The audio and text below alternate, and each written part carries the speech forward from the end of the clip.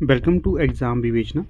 तो दोस्तों, जैसा कि आप लोगों को पता है, हम अपने चैनल पर डिस्कस करते हैं एलटी टैट, LT commission, TGT, PGT Hindi, साथ में यूजीसी नेट से संबंधित महत्वपूर्ण प्रश्नों और महत्वपूर्ण जानकारी को। ठीक है, तो आज का वीडियो रहने वाला है स्पेसिफिक, ये जो चीज़ रहेगी ये रहेगी एलटी टैट के सिलेबस से संबंधित, लैंग्वेज टीचर टैट के सिलेबस से संबंधित रहेगी। ठीक है, ध्यानपूर्वक आप पूरे लेक्चर को सुनिएगा, काफ़ी महत्वपूर्ण यहाँ पर आपको जानकारी मिलेगी। पहले यहाँ पर मैं आपके साथ सिलेबस डिस्कस करूँगा, उसके पश्चात एक आपको क्वेश्चन पेपर भी सॉल्व करवा दूँगा। ठीक है, इससे क्या होगा, आपको सिलेबस तो पता चलता ही जाएगा, साथ में एक जो क्वेश्चन पेपर जो पहले हुआ था उसका भी एक तरह ओवरव्यू मिल जाएगा।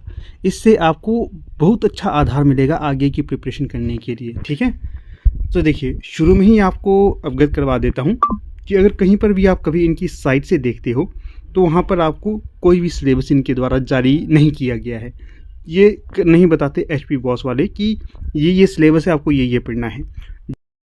तो यहाँ पर देखिए, जो भी मुझे महत्वपूर्ण लगा कि ये आपके सिलेबस से संबंधित है, वो मैंने काफ़ी सारे ऐसे रखिए 10 एक वर्ष के क्वेश्चन मैंने एनालाइज़ किए, थोड़ा सा डाटा मैंने यूट्यूब से भी ग्रहण किया। इस तरह से जो मुझे लगा कि ये सिलेबस हो सकता है, पहले भी मैंने बच्चों को बताया था कि ये सिलेबस आपको पढ़ना चाहिए, यहीं से क्वेश्चन बनते हैं। तो इसी को आधार में रखकर यहाँ पर सिलेबस आपके लिए तैयार किया गया है। आगे बढ़ने से पहले आपको बता दूँ, हमारा बैच चला हुआ है एलटी टैट जून 2025 के लिए। तो कोई भी कैंडिडेट हो, कोई भी एस्पिरेंट हो जो इस बैच में एनरोल होना चाहता है, अभी तक एनरोल नहीं हुआ है, तो उसमें रहते वो एनरोल होइएगा। कोई क्वेरी होगी एलटी टैट के बैच के साथ जुड़ने के लिए, तो यहाँ पर देखिए व्हाट्सएप नंबर दिया गया है 76 517 294। इस पर आप व्हाट्सएप करिए। पहले हमारा बैच चला हुआ है, और अब जो अगर अभी एनरोल होना चाहते हैं तो अभी भी आपके समय है, आप एनरोल हो सकते हैं, क्योंकि आपकी परीक्षा जून में जाके होगी। आपको एक एक टॉपिक ढंग से पढ़ाया जाएगा। PYQ लगभग 10,000 के आसपास आपको PYQ दिए जाएंगे। अगर आप ढंग से इन्हें पढ़ोगे, आपका टैट कहीं नहीं जा सकता, मैं लिख कर दे सकता हूं आपको। ठीक है, क्योंकि इससे पहले भी हमारे बैच चले थे, परंतु इससे जो पिछला बैच था उसमें बहुत से बच्चे एनरोल हुए थे, यूट्यूब के प्लेटफॉर्म में भी हुए थे और एनरोल भी हुए थे, और काफ़ी सारे व्हाट्सएप के माध्यम से जुड़े थे। सभी के लिए जो मैं स्टडी मैटर देता था, हाँ, नोट्स भी दिए थे बहुत से बच्चों को, हार्ड कॉपी नोट्स। तो जो जिस तरह से भी तैयारी कर रहा था हमारे प्लेटफॉर्म के माध्यम से, तो अधिकतर बच्चों ने टॉप किया है, बहुत से बच्चे। ठीक है, 130 प्लस वाले भी ऐसे काफ़ी सारे एस्पिरेंट थे जो हमारे प्लेटफॉर्म के माध्यम से तैयारी कर रहे थे और अपना टैट उन्होंने क्रैक कर लिया। बहुत ही अच्छा इस बार रिस्पांस रहा था, बहुत ज़्यादा, अन्य संस्थानों के मुकाबले जो मैं बात करूं। तो यहाँ पर हमारे संस्थान की बात है, यहाँ पर आपके लिए फ़ीस भी बहुत कम रखी जाती है। जो भी आपके लिए फ़ायदेमंद चीज़ें होती हैं वो आपको समूह में रहकर भी दी जाती हैं। तो इसलिए आप अवश्य व्हाट्सएप ग्रुप के साथ जुड़िएगा, जो प्लेटफॉर्म है हमारा कोर्स वाला, उसके साथ जुड़िए। कोई भी जैसे भी आपकी स्थिति होती है, आप उसी के हिसाब से जुड़िए और लाभ उठाइए, अपना टैट इस बार अवश्य क्रैक करिएगा। यहाँ पर आपको देखिए नंबर दे दिया गया है व्हाट्सएप का। हाँ, इस पर कॉल नहीं होगी, व्हाट्सएप कॉल हो सकती है ओनली, और व्हाट्सएप मैसेज हो सकते हैं। नॉर्मल जो कॉल रहेगी वो नहीं होगी, ओनली व्हाट्सएप माध्यम से जुड़ने के लिए ये नंबर है। चलिए देख लेते हैं ओवरव्यू क्या है। आप लोगों को पता ही होगा, क्या पता होगा कि जो एलटी टैट है कितने नंबर का आता है। एलटी टैट 150 नंबर का आता है। ये प्रश्नों की बात करें, कितने इसमें प्रश्न आते हैं, 150 प्रश्न आते हैं। नंबर भी 150 ही होते हैं, टोटल क्वेश्चन भी 150 होते हैं। टाइम की अगर हम बात करें, कितना इसमें समय आपको मिलता है, 2 घंटे आपके लिए इसमें होते हैं। और क्या इसका बेस रहता है सिलेबस का, Hindi course of graduation level +2 plus, हाँ, +2 लेवल का भी रहता है कोई। हाँ, जो भी हिंदी साहित्य हम शुरुआत से ही पढ़ते आ रहे हैं वही यहाँ पर पूछा जाता है, ज़्यादा मुश्किल नहीं है। आपको पता है आदि जो हमारा हिंदी साहित्य कितने भागों में बंटा हुआ है, 4 भागों में। आदिकाल है एक आपका, भक्ति काल है, रीति काल है और आधुनिक काल है। ठीक है, इस तरह से ये 4 भागों में बंटा है, इसी से पूछा जाएगा। अगर आप कोर्स को ज्वाइन करते हैं तो लिख के दे सकता हूँ, आपका हो जाएगा। ऐसे एक और बात, अगर कोर्स ज्वाइन करेंगे और पढ़ेंगे नहीं तब तो नहीं होगा, तब तो कैसे हो सकता। मान लीजिए आप महान से महान शिक्षक के पास जाइए, अगर आपको जो अध्ययन के लिए वो सामग्री देता है आप उसका अध्ययन ही नहीं करते हैं, तो किस आधार पे आप समझेंगे कि आपका टैट पास होगा। टैट की छोटी से छोटी परीक्षा भी पास नहीं होगी। इसलिए जो भी आपको अध्ययन सामग्री हम देंगे, चाहे व्हाट्सएप के माध्यम से जुड़ना चाहते हैं, चाहे आप कोर्स ज्वाइन करना चाहते हैं, चाहे नोट्स लेना चाहते हैं, कोई भी अध्ययन सामग्री के साथ आप जुड़ेंगे, अगर जो आपको मिलेगी पढ़ने के लिए, अगर आप पढ़ोगे तो लिख के दूंगा मैं, आपका टैट होगा ही होगा। ठीक है, तो चलिए आगे देख लेते हैं। तो 150 नंबर का आता है हमारा टोटल, 150 नंबर और 150 क्वेश्चन आते हैं। अगर 150 आते हैं तो इसमें हिंदी की क्वेरी रहती है। हिंदी के कितने क्वेश्चन पूछे जाते हैं? हिंदी साहित्य और हिंदी ग्रामर के, तो इसमें पूछे जाते हैं 120। अगर कोई एस्पिरेंट ढंग से पढ़ता है तो 120 में से ज़्यादातर तो 110 यहाँ से ही ले लेते हैं, उसको तो आगे जीके जूके पढ़ने की आवश्यकता नहीं है। चलो फिर भी आपको जीके अपना पढ़ना है। क्यों? सिर्फ जीके आपको टैट में ही नहीं पूछा जाएगा, कोई भी परीक्षा क्यों ना हो, चाहे वो सेंटर की हो, हिमाचल प्रदेश की हो, वहाँ पर आपको जीके पूछा जाएगा। इसलिए जीके भी यहाँ पर आपको याद रखना है। कितने नंबर का पूछा जाता है जीके? 30 नंबर का। जीके में क्या क्या होता है? General awareness including Himachal Pradesh current affair, Himachal Pradesh का करंट अफेयर भी, इंडिया का करंट अफेयर भी, बर्ड करंट अफेयर भी, बर्ड जीके भी, इंडिया जीके भी। इस सारी चीज़ें जो नॉर्मल रहती है वो यहाँ से पूछी जाती हैं। जब मैं आगे आपको एक क्वेश्चन पेपर का एक तरह से ओवरव्यू करवाऊंगा ना, उस समय आप देखना कि किस तरह के क्वेश्चन पूछे जाते हैं। ज़्यादा हार्ड स्तर नहीं रहता है जीके का, जो 30 नंबर का रहता है मुश्किल नहीं रहता है। अगर आप चाहे जीके के लिए अगर मैं कहूँ लूसेंट की बुक पकड़ लेते हो, एक लूसेंट की साथ में कोई अगर आप करंट अफेयर के लिए कोई मैगजीन ना लो या फिर यूट्यूब के माध्यम से ही पढ़ो, चलिए खैर यूट्यूब के माध्यम से रहने दीजिए, आपको थोड़ा सा कन्फ्यूज़न हो सकता है। ज्ञानम मैगजीन आती है। कौन सी मैगजीन? ज्ञानम मैगजीन आती है, उसको भी पढ़ोगे। और हिमाचल के लिए जोगटा पब्लिकेशन की जीके की पुस्तक है, उसको पढ़ोगे तो यहाँ से ही आपका सारा कवर हो जाएगा 30 नंबर का। ठीक है, ये देखिए, ये जो मेरे कोई लिंक वाले नहीं है कि मैं इनका ही प्रमोशन कर रहा हूँ। अगर आपको लगता है कि आपको हिमाचल दर्पण पढ़नी है, हिमाचल जीके के लिए जोगटा के स्थान पर आप उसको भी पढ़ सकते हैं। लूसेंट की जगह अगर आप अरिहंत को पढ़ना चाहते हैं उसको पढ़ सकते हैं। ज्ञानम की जगह आप स्पीडी पढ़ना चाहते हैं आप स्पीडी पढ़ सकते हैं। जो भी आपको देखिए अच्छा लगता है वो पढ़िए। मैं आपको एक ओवरव्यू बता रहा हूँ। बहुत से ऐसे भी एस्पिरेंट होते हैं, उन्हें कुछ पता ही नहीं होता है क्या पढ़ना है क्या नहीं, इसलिए मैं स्पेसिफिक बुक्स बता रहा हूँ, स्पेसिफिक पुस्तकें बता रहा हूँ जीके सेक्शन को कवर करने के लिए। तो आप उन्हें पढ़ सकते हैं, आपको वहाँ से डायरेक्ट लाभ मिलेगा। इसके पश्चात अब आगे हम देख लेते हैं। टोटल देख लिए 150 क्वेश्चन आएंगे। इसमें से हिंदी और हिंदी ग्रामर के आएंगे 120 और 30 नंबर के आएगा जीके इत्यादि, जो आप इजीली कर लोगे।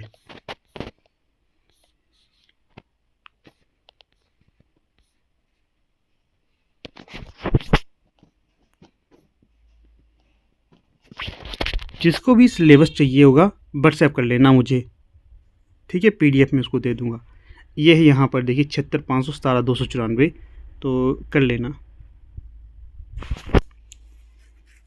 एक और बात जो आपको देखिए, व्हाट्सएप ग्रुप भी बनाया गया है और टेलीग्राम ग्रुप। खासकर बात करूँ टेलीग्राम ग्रुप पे मैं ये सारी पीडीएफ सेंड कर देता हूँ, आप टेलीग्राम ग्रुप के साथ जुड़ लेना।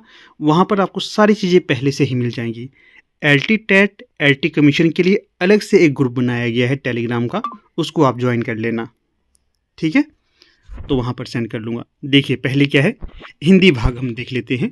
इसमें जो भाषा का पहला है, भाषा वाला पोर्शन, हिंदी भाषा और उसका विकास। इसमें क्या है, हिंदी की ऐतिहासिक पृष्ठभूमि, भारतीय आर्य भाषाएं और हिंदी भाषा, हिंदी की उपभाषाएं, बोलियां और क्षेत्र। ये रहेगा भाषा से संबंधित जो आपसे पूछा जाता है, इसके अंतर्गत ही सारा पूछा जाएगा। इसके पश्चात है भाषा विज्ञान। भाषा विज्ञान का भी आपको थोड़ा थोड़ा सा टच करना है। अगर कोर्स के साथ जुड़ोगे तो वहाँ पर आपको टच करवाया जाएगा। अगर आप सेल्फ स्टडी कर रहे हैं तो इसके लिए आपको भाषा विज्ञान देखना है। स्वनिम व्यवस्था क्या होती है, शैली विज्ञान क्या होती है, इसी तरह की और भी चीज़ें जो भाषा विज्ञान से संबंधित होगी उसको आपने टच करना है। फिर है हिंदी की संवैधानिक स्थिति, ये भी आपको पोर्शन याद रखना है। यहाँ से आपको हर परीक्षा में 2 से 3 प्रश्न देखने के लिए मिलते हैं, और जो ये पूरा का पूरा पोर्शन है लगभग 3 से 4 के आसपास यहाँ से भी आपको प्रश्न देखने के लिए मिलते हैं। हर बार थोड़ा सा 1-2 नंबर का ऊपर नीचे हो जाता है, परंतु ये इतना ही रहता है। 1-2 ऊपर होगा, बाकी इतना ही रहेगा, 2 से 3। फिर हिंदी के अंतर्गत ही हिंदी संचार माध्यम में, कंप्यूटर के लिए और वैज्ञानिक विकास के लिए यहाँ से भी 1-2 प्रश्न आते ही हैं। देवनागरी लिपि, देवनागरी लिपि से भी आपको 2-3 प्रश्न देखने के लिए मिलेंगे ही मिलेंगे, डायरेक्ट मिलेंगे, इनडायरेक्ट मिलेंगे। कई बार देवनागरी लिपि के लिए प्राचीनतम जो स्वरूप है, पृष्ठभूमि है, वहाँ से प्रश्न देखने के लिए मिलेगा, नहीं तो आपको वर्तमान का मिलेगा, उसकी विशेषताएं क्या है, प्रकृति क्या है, अवधारणा क्या है, वहाँ से। फिर है संपूर्ण हिंदी व्याकरण, ये आपको याद रखना है। 15 से 20 के आसपास यहाँ से क्वेश्चन बनते हैं, ठीक है, इसका भी आपको ध्यान रखना है। बात करें हिंदी साहित्य इतिहास से, हिंदी साहित्य की, तो देखिए हिंदी साहित्य इतिहास लेखन, साहित्य इतिहास लेखन की पद्धतियाँ, साहित्य इतिहास लेखन की परंपरा। हिंदी साहित्य इतिहास काल विभाजन, कल नहीं है, ये काल विभाजन है और नामकरण है, ये टच करना है। आदिकाल में और क्या टच करना है यहाँ से, नामकरण, आदिकालीन रचनाकार व रचनाएं, सिद्ध साहित्य, नाथ साहित्य, जैन साहित्य, रासो साहित्य, रासो साहित्य हो गया, लौकिक साहित्य, अमीर खुसरो, विद्यापति, ये आपको टच करने हैं। साथ में थोड़ी सी फुटकल रचनाएं और मिलती हैं तो उन्हें भी आप टच करिएगा। उसके पश्चात आता है यहाँ पर भक्ति काल। भक्ति काल में क्या क्या टच करना है आपको, एक तो भक्ति काल की पृष्ठभूमि आपको पता होनी चाहिए, क्या इसकी पृष्ठभूमि थी, क्यों भक्ति काल का निर्माण हुआ, क्या आवश्यकता पड़ी, क्या समस्याएं उस समय हुई, क्या सामाजिक मुद्दे थे, जो जो चीज़ें थी वो आपको यहाँ पर पता होनी चाहिए। इसमें जो भक्ति काल में प्रमुख संप्रदाय थे वो कौन कौन से थे उसके बारे में आपको पता होना चाहिए। जैसे कि यहाँ पर देखिए संत काव्यधारा थी, उसके प्रमुख कवि हैं, उसके रचनाकार हैं, उसके रचनाएं हैं, वो आपको पता होनी चाहिए। सूफी काव्य धारा थी, उसके प्रमुख कवि, उसके रचनाएं। राम काव्य धारा थी, उसके प्रमुख कवि, उसकी रचनाएं। कृष्ण काव्य धारा, उसके प्रमुख कवि, उसकी रचनाएं, ये भी आपको याद रखना है। सबसे ज़्यादा जो क्वेश्चन पूछे जाते हैं हिंदी साहित्य में वो एक तो आपका होगा भक्ति काल और दूसरा होगा आपका आधुनिक काल। ये दोनों तो आपको अपने तैयार करके रखने ही पड़ेंगे, क्योंकि सिर्फ यहाँ पर टैट तक ही सीमित नहीं है, आगे आपको अपना विस्तार करना है। आपको जाना है कमीशन की तरफ, आपको जाना है पीजीटी की तरफ, आपको जाना है यूजीसी नेट की तरफ, आपको जाना है असिस्टेंट प्रोफेसर की तरफ। वहाँ पर आपको ये रचनाएं, ये चीज़ें, ये कभी सारे पूछे जाएंगे, तो इसलिए आपने अपना ज्ञान का विस्तार करना है, ठीक है। बहुत से ऐसे कोर्स में बच्चे जुड़े होते हैं, वो कहते हैं हमें क्या चाहिए, हमें चाहिए बस ये वाला, इतना सा बिंदु चाहिए, हमें ये नहीं चाहिए। मैं उनको बोलता हूँ ये सारी चीज़ इतना जो इसका वृत्त है, ये जो दायरा है, ये गोला है, अगर इतना आप पढ़ोगे आपको हर एक चीज़ को आप टच कर लोगे। अगर मान लीजिए ये छोटा सा बिंदु है, ये है आपका एलटी टैट, ठीक है। वो चाहते हैं सिर्फ हम एलटी टैट ही करें, बाकी बाद में करेंगे, नहीं। मैं आपको थोड़ा सा जो ये बड़े वाला क्षेत्र है, ये है एलटी कमीशन, ये भी साथ में टच करवाता हूँ। इसी से साथ साथ में थोड़ा टच है पीजीटी कमीशन, ये भी करवाता हूँ, ठीक है। देखिए अगर जो जिस तरह से मैं आपको करवा रहा हूँ, अगर आप इस दायरे में चलोगे तो बहुत सी चीज़ें आपकी पहले से ही एक रूपरेखा लेकर तैयार हो जाएंगी। एलटी टैट भी आपका नॉर्मली जो चीज़ें मैं आपको कहूँगा ना, अगर वैसे करोगे तो आपका एलटी टैट क्या ईजिली वो निकल जाएगा। एलटी कमीशन की क्लियर होने की पूरी संभावना है। पीजीटी का लगभग 60 से 70% जो सिलेबस होता है वो वहाँ से कंप्लीट हो जाता है। यूजीसी नेट भी 60 से 70 के आसपास होता है, वो क्लियर हो जाता है सिलेबस, ठीक है। इसी जो दायरे में रहकर आपको तैयारी करवाता हूँ, इसके अनुसार अगर आप चलोगे काफ़ी लाभ मिलेगा आपको। तो इसलिए आपने अपने आप को सीमित नहीं करना है। जैसे कुछ कहते हैं कि हमें बहुत सा कम सा स्टडी मैटर चाहिए, ज़्यादा नहीं। अगर आप इस समय ही कम ले रहे हैं तो आगे तो देखिए कितना मुश्किल होगा, क्योंकि धीरे धीरे स्तर मुश्किल होता जा रहा है आपकी परीक्षा का, आपने देखा ही होगा। रीतिकाल की अगर हम बात करें, इसमें नामकरण पूछा जाता है। रीतिकाल की युगीन सामाजिक और सांस्कृतिक पृष्ठभूमि के बारे में पता करना है, आपको पढ़ना है। रीतिबद्ध काव्यधारा के प्रमुख कवि और रचनाएं आपको पता होनी चाहिए। रीति सिद्ध काव्यधारा के प्रमुख कवि और रचनाएं आपको पता होनी चाहिए। रीति मुक्त काव्यधारा के प्रमुख कवि और रचनाएं। पता है आपको रीतिकाल कितने भागों में बंटा है? 3। कौन कौन से हैं? रीतिबद्ध, रीति सिद्ध, रीति मुक्त। अगर मैं सिलेबस के माध्यम से ही आपको क्वेश्चन बताऊंगा ना, लगभग 50 क्वेश्चन तो यहीं से आपके तैयार करवा सकता हूं मैं। चलिए खैर, बात हम सिलेबस की कर रहे हैं तो सिलेबस तक ही नहीं तो ज़्यादा बेहतर रहेगा। आगे देखिए आधुनिक काल। अगर आधुनिक काल आता है, इसमें कौन कौन से प्रमुख काल हैं? भारतेंदु काल जो प्रमुख पहला काल आता है। आधुनिक काल की पृष्ठभूमि भी आपको याद रखनी है। पृष्ठभूमि क्या है इसकी, क्यों आधुनिक काल का आगमन हुआ, क्या ऐसी समस्या रही कि आधुनिक काल आया, क्यों ये रीतिकाल तक ही सीमित नहीं रहा। ठीक है, ये पृष्ठभूमि में आएगा। भारतेंदु युग आएगा, उसके पश्चात द्विवेदी युग आएगा, क्यों इसका आगमन हुआ, द्विवेदी युग क्यों द्विवेदी युग का क्यों समापन हुआ कि छायावाद आया। ये सारी चीज़ें आपको पता होनी चाहिए। प्रतिवाद, प्रतिवाद का भी प्रतिवाद का भी आपको पता होना चाहिए। आपने पढ़ना है, सारा प्रतिवाद टच करना है। प्रयोगवाद को टच करना है। नकेनवाद को टच करना है। नई कविताएं आपको पता होनी चाहिए, क्यों नई कविताओं का आविष्कार किया गया, क्यों ये हिंदी साहित्य में आई, ये सारी चीज़ें आपको पता होनी चाहिए। फिर आधुनिक काल है, इसी के अंतर्गत गद्य खंड है। गद्य खंड गलत लिख लिया है यहाँ पर।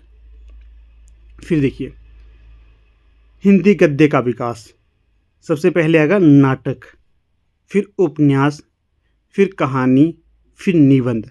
ये आपको कंठस्थ होनी चाहिए ये सारे यहाँ पर। सारा नहीं, सारा किसी से भी कंठस्थ कभी नहीं हुआ है। मेन जो चीज़ें हैं, पहला उपन्यास कौन था, क्या क्या इसके पात्र थे, क्या इसकी कथा वस्तु थी, क्या कहानी उपन्यास नाटक के तत्व होते हैं, ये सारी चीज़ें आपको पता होनी चाहिए।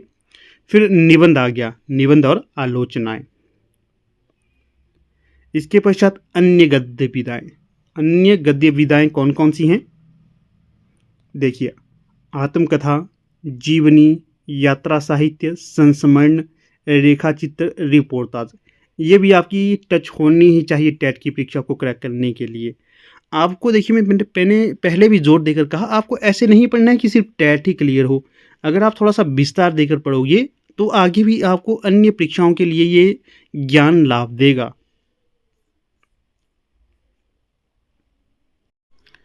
फिर आगे है पत्रिकाएं और पुरस्कार। यहाँ से भी आपके प्रश्न बनते हैं, ये भी आपको कवर करने हैं अगर आप सेल्फ तैयारी कर रहे हैं तो। विश्व हिंदी सम्मेलन कितने हो चुके हैं, कब हुए हैं, कहाँ हुए हैं, क्या थीम रही है, ये भी आपको पता होनी चाहिए। प्रमुख कवियों के उपनाम व उपाधियाँ, ये आपकी टच होनी चाहिए सारी। इसके पश्चात और जो महत्वपूर्ण आपको पढ़ना है तो वो है भारतीय काव्य शास्त्र और पाश्चात्य काव्य शास्त्र। ये भी आपके क्या होने चाहिए, टच होने चाहिए, तभी आपका टेट इजीली क्रैक होगा। ऐसे अगर आप, कई बार ऐसा होता है कि कोई एक ही पुस्तक आप लेते हैं जिसमें आपको जीके भी मिलता है, हिंदी साहित्य भी मिलता है, ग्रामर भी मिलता है। ऐसी पुस्तकों से थोड़ा सा आपको बचना है। क्यों? क्योंकि उनका दायरा बड़ा सीमित सा रहता है। हाँ, अगर ऐसा है कि आप उन्हीं के प्लेटफॉर्म में पढ़ते हैं, उनकी सारी वीडियोस देखते हैं, या जो जैसे जैसे करने के लिए कहते हैं वैसा करते हैं, तब तो कोई दिक्कत नहीं है। क्यों? क्योंकि आपको एक वो उनका नोट रहता है, वो नोट्स अगर आपको मिल जाते हैं और बाकी उनकी यूट्यूब की वीडियोस देखते रहते हैं तो आप क्रैक कर लोगे कोई भी परीक्षा। अगर सिर्फ उनकी स्टडी या उनके नोट्स ही वहीं से पढ़ते हो और कुछ नहीं पढ़ते हैं तो फिर आपको थोड़ी सी समस्या हो सकती है ना। तो इस चीज़ का भी ध्यान रखना है। जैसे हमारे नोट्स भी आपके लिए मिलते हैं पढ़ने के लिए, हार्ड कॉपी नोट्स अगर मंगवाते हैं तो आपके घर पहुंच जाते हैं वो। साथ में हमारे यूट्यूब के वीडियोस, यूट्यूब के लेक्चर अगर आप निरंतर देखते रहते हैं तो गारंटीड है आपका टेट कहीं जाएगा ही नहीं। ठीक है, तो अगर फिर से कहूँगा वीडियो को समाप्त करने से पहले कि अगर आप जुड़ना चाहते हैं कोर्स को लेने के लिए तो यहाँ पर सारी डिटेल दे दी गई है, इसमें आप जुड़ सकते हैं। अभी भी आपके पास मौका है, काफ़ी समय है टेट की परीक्षा को क्रैक करने के लिए। जुड़िए और अपनी टेट की परीक्षा को क्रैक करिए। अब आगे मैं आपको डिस्कस करवाऊँगा क्वेश्चन पेपर, उसको भी आपने देखना है। इसने कहा था जब इसकी ऑफिशियल आंसर की आएगी तब भी आपके साथ इसे हम अवश्य डिस्कस करेंगे। तो आज इसकी ऑफिशियल आंसर की आ गई है तो डिस्कस कर लेते हैं। हाँ, बीच में कुछ एक प्रश्न इन्होंने गलत भी बताए हैं तो वो भी आपको बताऊंगा कि कौन से प्रश्न गलत दिए गए हैं। तो अगर आप चाहे तो उन पे क्लेम भी कर सकते हो। ठीक है, चलिए देख लेते हैं। क्लेम अवश्य कर लेना, अगर, क्योंकि कुछ बच्चे 1-2 नंबर से रह जाते हैं, उनके लिए क्लेम करना जरूरी हो जाता है। आपको पता है 90 नंबर चाहिए होते हैं आपको अनरिजर्व वालों के लिए, और रिजर्व वालों के लिए 82 नंबर चाहिए होते हैं। तो जो भी पॉइंट पे हैं तो अवश्य करिएगा आप लोग क्लेम प्रश्नों पे। तो पहला प्रश्न देखिए यहाँ पर क्या पूछा गया है, कबीरदास का जन्म कब हुआ था। तो कबीरदास का जन्म हुआ था 1398 ईस्वी में। हाँ, वीडियो को शुरू करने से पहले आपको बता देता हूँ, हमारी टीम के द्वारा एलटी टेट के लिए और एलटी कमीशन के लिए ऑनलाइन बैच बिठाए जा रहे हैं फिर से, ठीक है। खासकर एलटी टेट के लिए क्वेश्चन पेपर था, तो उसी के लिए मैं यहाँ पर थोड़ा सा अनाउंस कर देता हूँ। कोई भी अगर जुड़ना चाहता है एलटी टेट के न्यू बैच में, तो जुड़ सकता है समय रहते, क्योंकि यहाँ पर आपको एलटी टेट की कंप्लीट तैयारी करवाई जाएगी। जैसे कि इससे पिछला जो ये बैच चला था हमारा, जिसका ये क्वेश्चन पेपर डिस्कस कर रहा हूँ, उसमें भी हमारे पास बच्चे जुड़े थे, उनके लगभग सभी के टेट क्लियर है इस बारी। हमने अच्छे से सारा कुछ करवाया था। हिंदी साहित्य का 120 क्वेश्चन होते हैं, तो अधिकतर बच्चों के नंबर 100 के आसपास है, लेकर 110 के आसपास तक है, ठीक है। 100 से 110, 120 में से ही। अगर आप भी अपनी सफलता को सुदृढ़ करना चाहते हैं, तो आप बैच में एनरोल हो सकते हैं। यहाँ पर आपको नंबर बता देता हूँ। ये देखिए हमारा व्हाट्सएप नंबर है, ये 7650017294। इस पे व्हाट्सएप करिए, कोई भी क्वेरी रहेगी अगर आपकी एलटी टेट के बैच के साथ जुड़ने के लिए, तो यहाँ पर आपको संपूर्ण जानकारी दे दी जाएगी, ठीक है। तो अगर नोट्स लेना चाहते हैं, एलटी टेट और एलटी कमीशन की तैयारी कर रहे हैं, तो ये हमारे 1500 प्लस मोस्ट एक्सपेक्टेड क्वेश्चन है, ये हार्ड कॉपी के तौर पर उपलब्ध हैं। अगर आप इन्हें लेना चाहते हो, तो ये व्हाट्सएप नंबर दिया गया है, इस पे ही आप संपर्क कर लेना, ठीक है। तो चलिए कर लेते हैं आगे क्वेश्चन को डिस्कस। तो देखिए प्रश्न संख्या था 1, कबीरदास का जन्म कब हुआ? तो 1398 में हुआ था कबीरदास का जन्म। ज्यादा लंबा चौड़ा नहीं बताऊंगा, सीधे उत्तर उत्तर बताने की कोशिश करूंगा। दूसरा प्रश्न है, विपात्र किस विधा की रचना है? तो जो विपात्र है ये उपन्यास विधा की रचना है, यहाँ पर सही विकल्प हो जाएगा सी। अगला है, रामचरितमानस में कुल कितने कांड है? तो रामचरितमानस में कुल कांड है 7। फिर प्रश्न है 4, सूरदास के गुरु का क्या नाम था? तो जो सूरदास के गुरु का नाम था विठलनाथ। रसखान किस जाति से संबंधित है? तो जो रसखान है ये आपके पठान जाति से संबंधित होंगे, विकल्प ए। बिहारी सतसई में कुल कितने दोहे हैं? तो जो बिहारी सतसई है तो ये होंगे, हाँ ये गलत बता दिया है इन्होंने। बिहारी, मेरे पास देखिए ऑफिशियल जो मेरे पास क्वेश्चन पेपर है सीरीज है, ये ए सीरीज की है। ए सीरीज में इन्होंने क्या बताया, 700 दोहे हैं बिहारी सतसई में, तो ये असंगत हो जाएगा। इस पे क्लेम करना, अगर किसी के पास प्रूव नहीं हो क्लेम करने के लिए, तो मेरे को व्हाट्सएप कर देना। ये नंबर बताया ना मैंने आपको, यहाँ ये मेरा व्हाट्सएप नंबर है, इस पे मैं आपको ऑफिशियल जो ऑथेंटिक बुक्स होते हैं वहां से आपको ये मैं प्रूफ सेंड करने के लिए दे दूंगा, ठीक है। तो इस पे आपने क्लेम करना है। इन्होंने माना है बिहारी सतसई में 702 हैं, तो ये असंगत होगा। बिहारी सतसई में कई जगह 713 माने जाते हैं, कई जगह 719, परंतु विकल्प में 719 है, तो इसका उत्तर 719 ही होना था। तो बोर्ड ने इसे असंगत माना गया है, दिया है इसको उत्तर, तो आप इस पे क्लेम कर लीजिएगा। छठे का डी होगा, ए नहीं। ये भी मैं यहाँ पर आपको बता देता हूँ, बोर्ड के द्वारा ये स्वीकार किया गया है। अगला प्रश्न क्या है, घनानंद किस जाति के कवि हैं? तो जो जाति नहीं, किस काल के कवि हैं घनानंद? तो सातवें का सही विकल्प हो जाएगा, रीति काल के कवि हैं घनानंद। यामा किसकी रचना है? तो यामा हो जाएगी महादेवी वर्मा की रचना। आठवें का सही विकल्प बी। नाटक जारी है किसकी कृति है? तो नाटक जारी है ये किसकी कृति हो जाएगी? लीलाधर जगूड़ी की। नौवें का सही विकल्प ए। फिर प्रश्न संख्या देखिएगा 10, सरस्वती पत्रिका किस काल की पत्रिका है? तो जो सरस्वती पत्रिका है ये आधुनिक काल की पत्रिका होगी। किस काल में खासकर? ये होगी आपकी द्विवेदी काल की पत्रिका। और महावीर प्रसाद द्विवेदी ने इसका कार्यभार संभाला था 1903 से लेकर 1920 तक, और इसका शुभारंभ कब से हुआ था? 1900 से लेकर। प्रश्न संख्या 11, इसमें पूछा गया है, नाथों की कुल संख्या कितनी है? तो नाथों की संख्या है 9। सिद्धों की संख्या कितनी है? 84।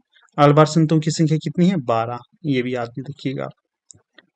प्रश्न संख्या 12, कठिन काव्य का प्रेत किस कवि को कहा जाता है? तो जो कठिन काव्य का प्रेत कहा जाता है, किसे कहा जाता है कठिन काव्य का प्रेत? तो केशवदास को। सही विकल्प यहाँ पर डी हो जाएगा। फिर प्रश्न संख्या 13 है, इसमें पूछा गया है, शब्दार्थो सहितो काव्यम, किसने कहा ये कथन, शब्दार्थो सहितो काव्यम? तो ये कहा गया था आपका आचार्य भामा के द्वारा। आचार्य भामा है, इन्होंने अलंकार संप्रदाय प्रवर्तित किया था, ये भी आपको याद रखना है। गोदान का नायक कौन है? गोदान उपन्यास विधा की रचना है, और इसका नायक कौन होगा? तो ये हो जाएगा आपका होरी। गोदान किसके द्वारा रचित है? मुंशी प्रेमचंद के द्वारा। गोदान का प्रकाशन वर्ष क्या माना जाता है? 1935। ठीक है, कई जगह 1936 भी है, मोस्टली 1935 ही बता देते हैं। 1935-36 याद रखना है आपको। बाकी गोबर धनिया गोबर धनिया, होरी, सीलिया और मंगल इत्यादि ये इसी के पात्र होंगे गोदान उपन्यास के। अगला प्रश्न है, 15 अष्टछाप की स्थापना किसने की? तो अष्टछाप की जो स्थापना की गई थी विठल नाथ के द्वारा।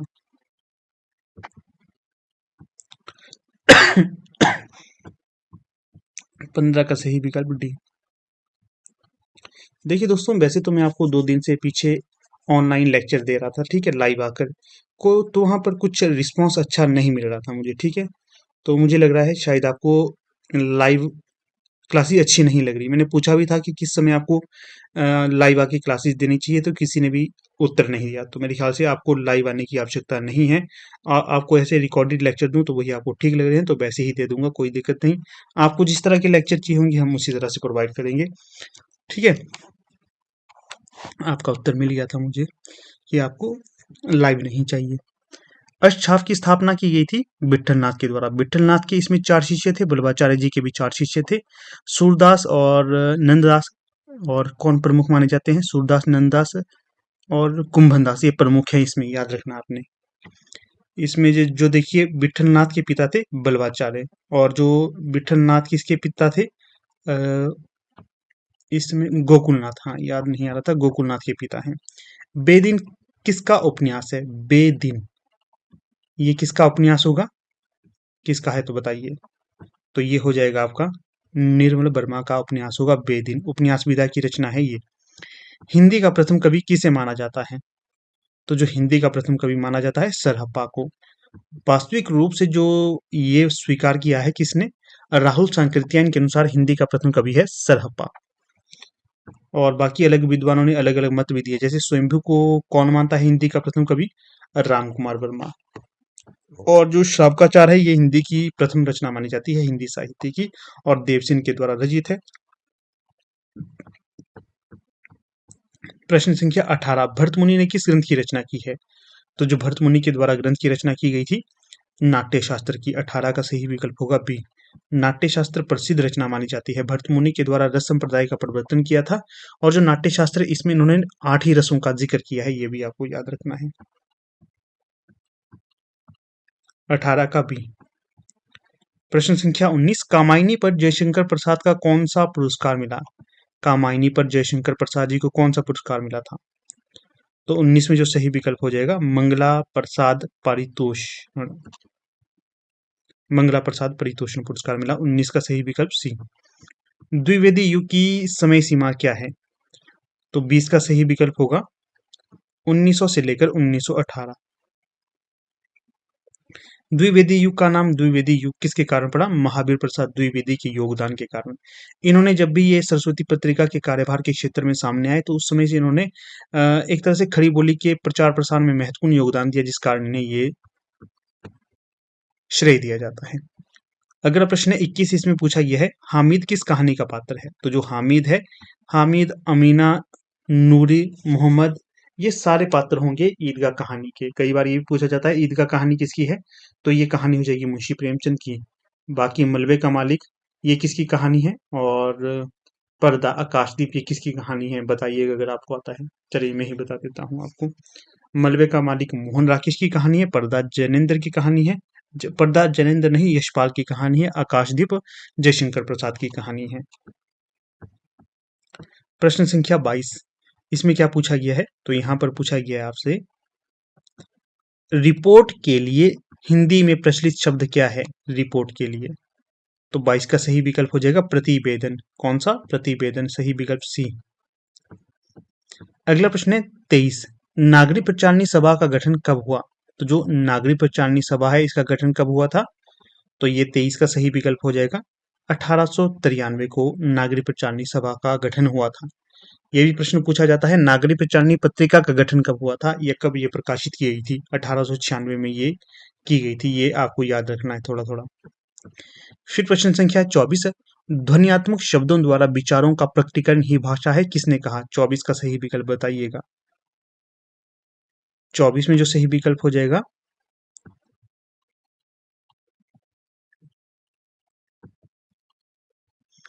हेनरी स्वीट के द्वारा ये कहा गया था, विकल्प ए। प्रश्न संख्या 25, पूर्वी हिंदी में कौन सी बोली नहीं होती है? पूर्वी हिंदी की बोलियां आपको पता होनी चाहिए, ए बी सी बताई है ना मैंने आपको, ट्रिक ए बी सी। अवधी बघेली छत्तीसगढ़ी तो है, जो मेवाती है ये नहीं होगी, 25 का डी। मेवाती किसके अंतर्गत आती है? मेवाती आती है आपकी राजस्थानी के अंतर्गत, ये भी आपको याद रखना है। छोटी छोटी चीजें याद रखोगे तो भविष्य के लिए काफी महत्वपूर्ण होंगी ये चीजें आपके लिए। प्रश्न संख्या 26, गीत फरोश किसकी कविता है? तो जो गीत फरोश कविता होगी किसकी होगी ये? तो ये हो जाएगी आपकी भवानी प्रसाद मिश्र की, सही विकल्प सी।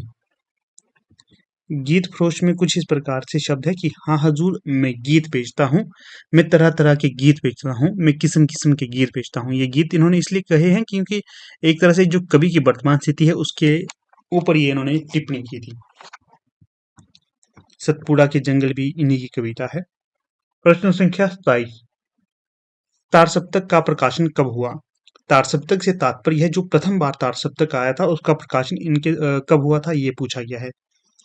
तो 27 का सही विकल्प होगा 1943 को। तार सप्तक की स्थापना किसने की थी? सच्चिदानंद हीरानंद बादशाह अज्ञे के द्वारा। कब की गई थी? 1943 को। तार सप्तक में कुल कितने कवि होते थे? 7 होते थे। पहला तार सप्तक 1943 में है, दूसरा कब आया? 1951 में, तीसरा कब आया? 1959 में, चौथा कब आया? 1979। हाँ 79, हाँ 79 ही हो गए। थोड़ी सी कंफ्यूजन हुई, देख लेना आप लोग इसको। चलिए मैं ही बता देता हूँ आपको, ऐसे ही बैठना आप लोग।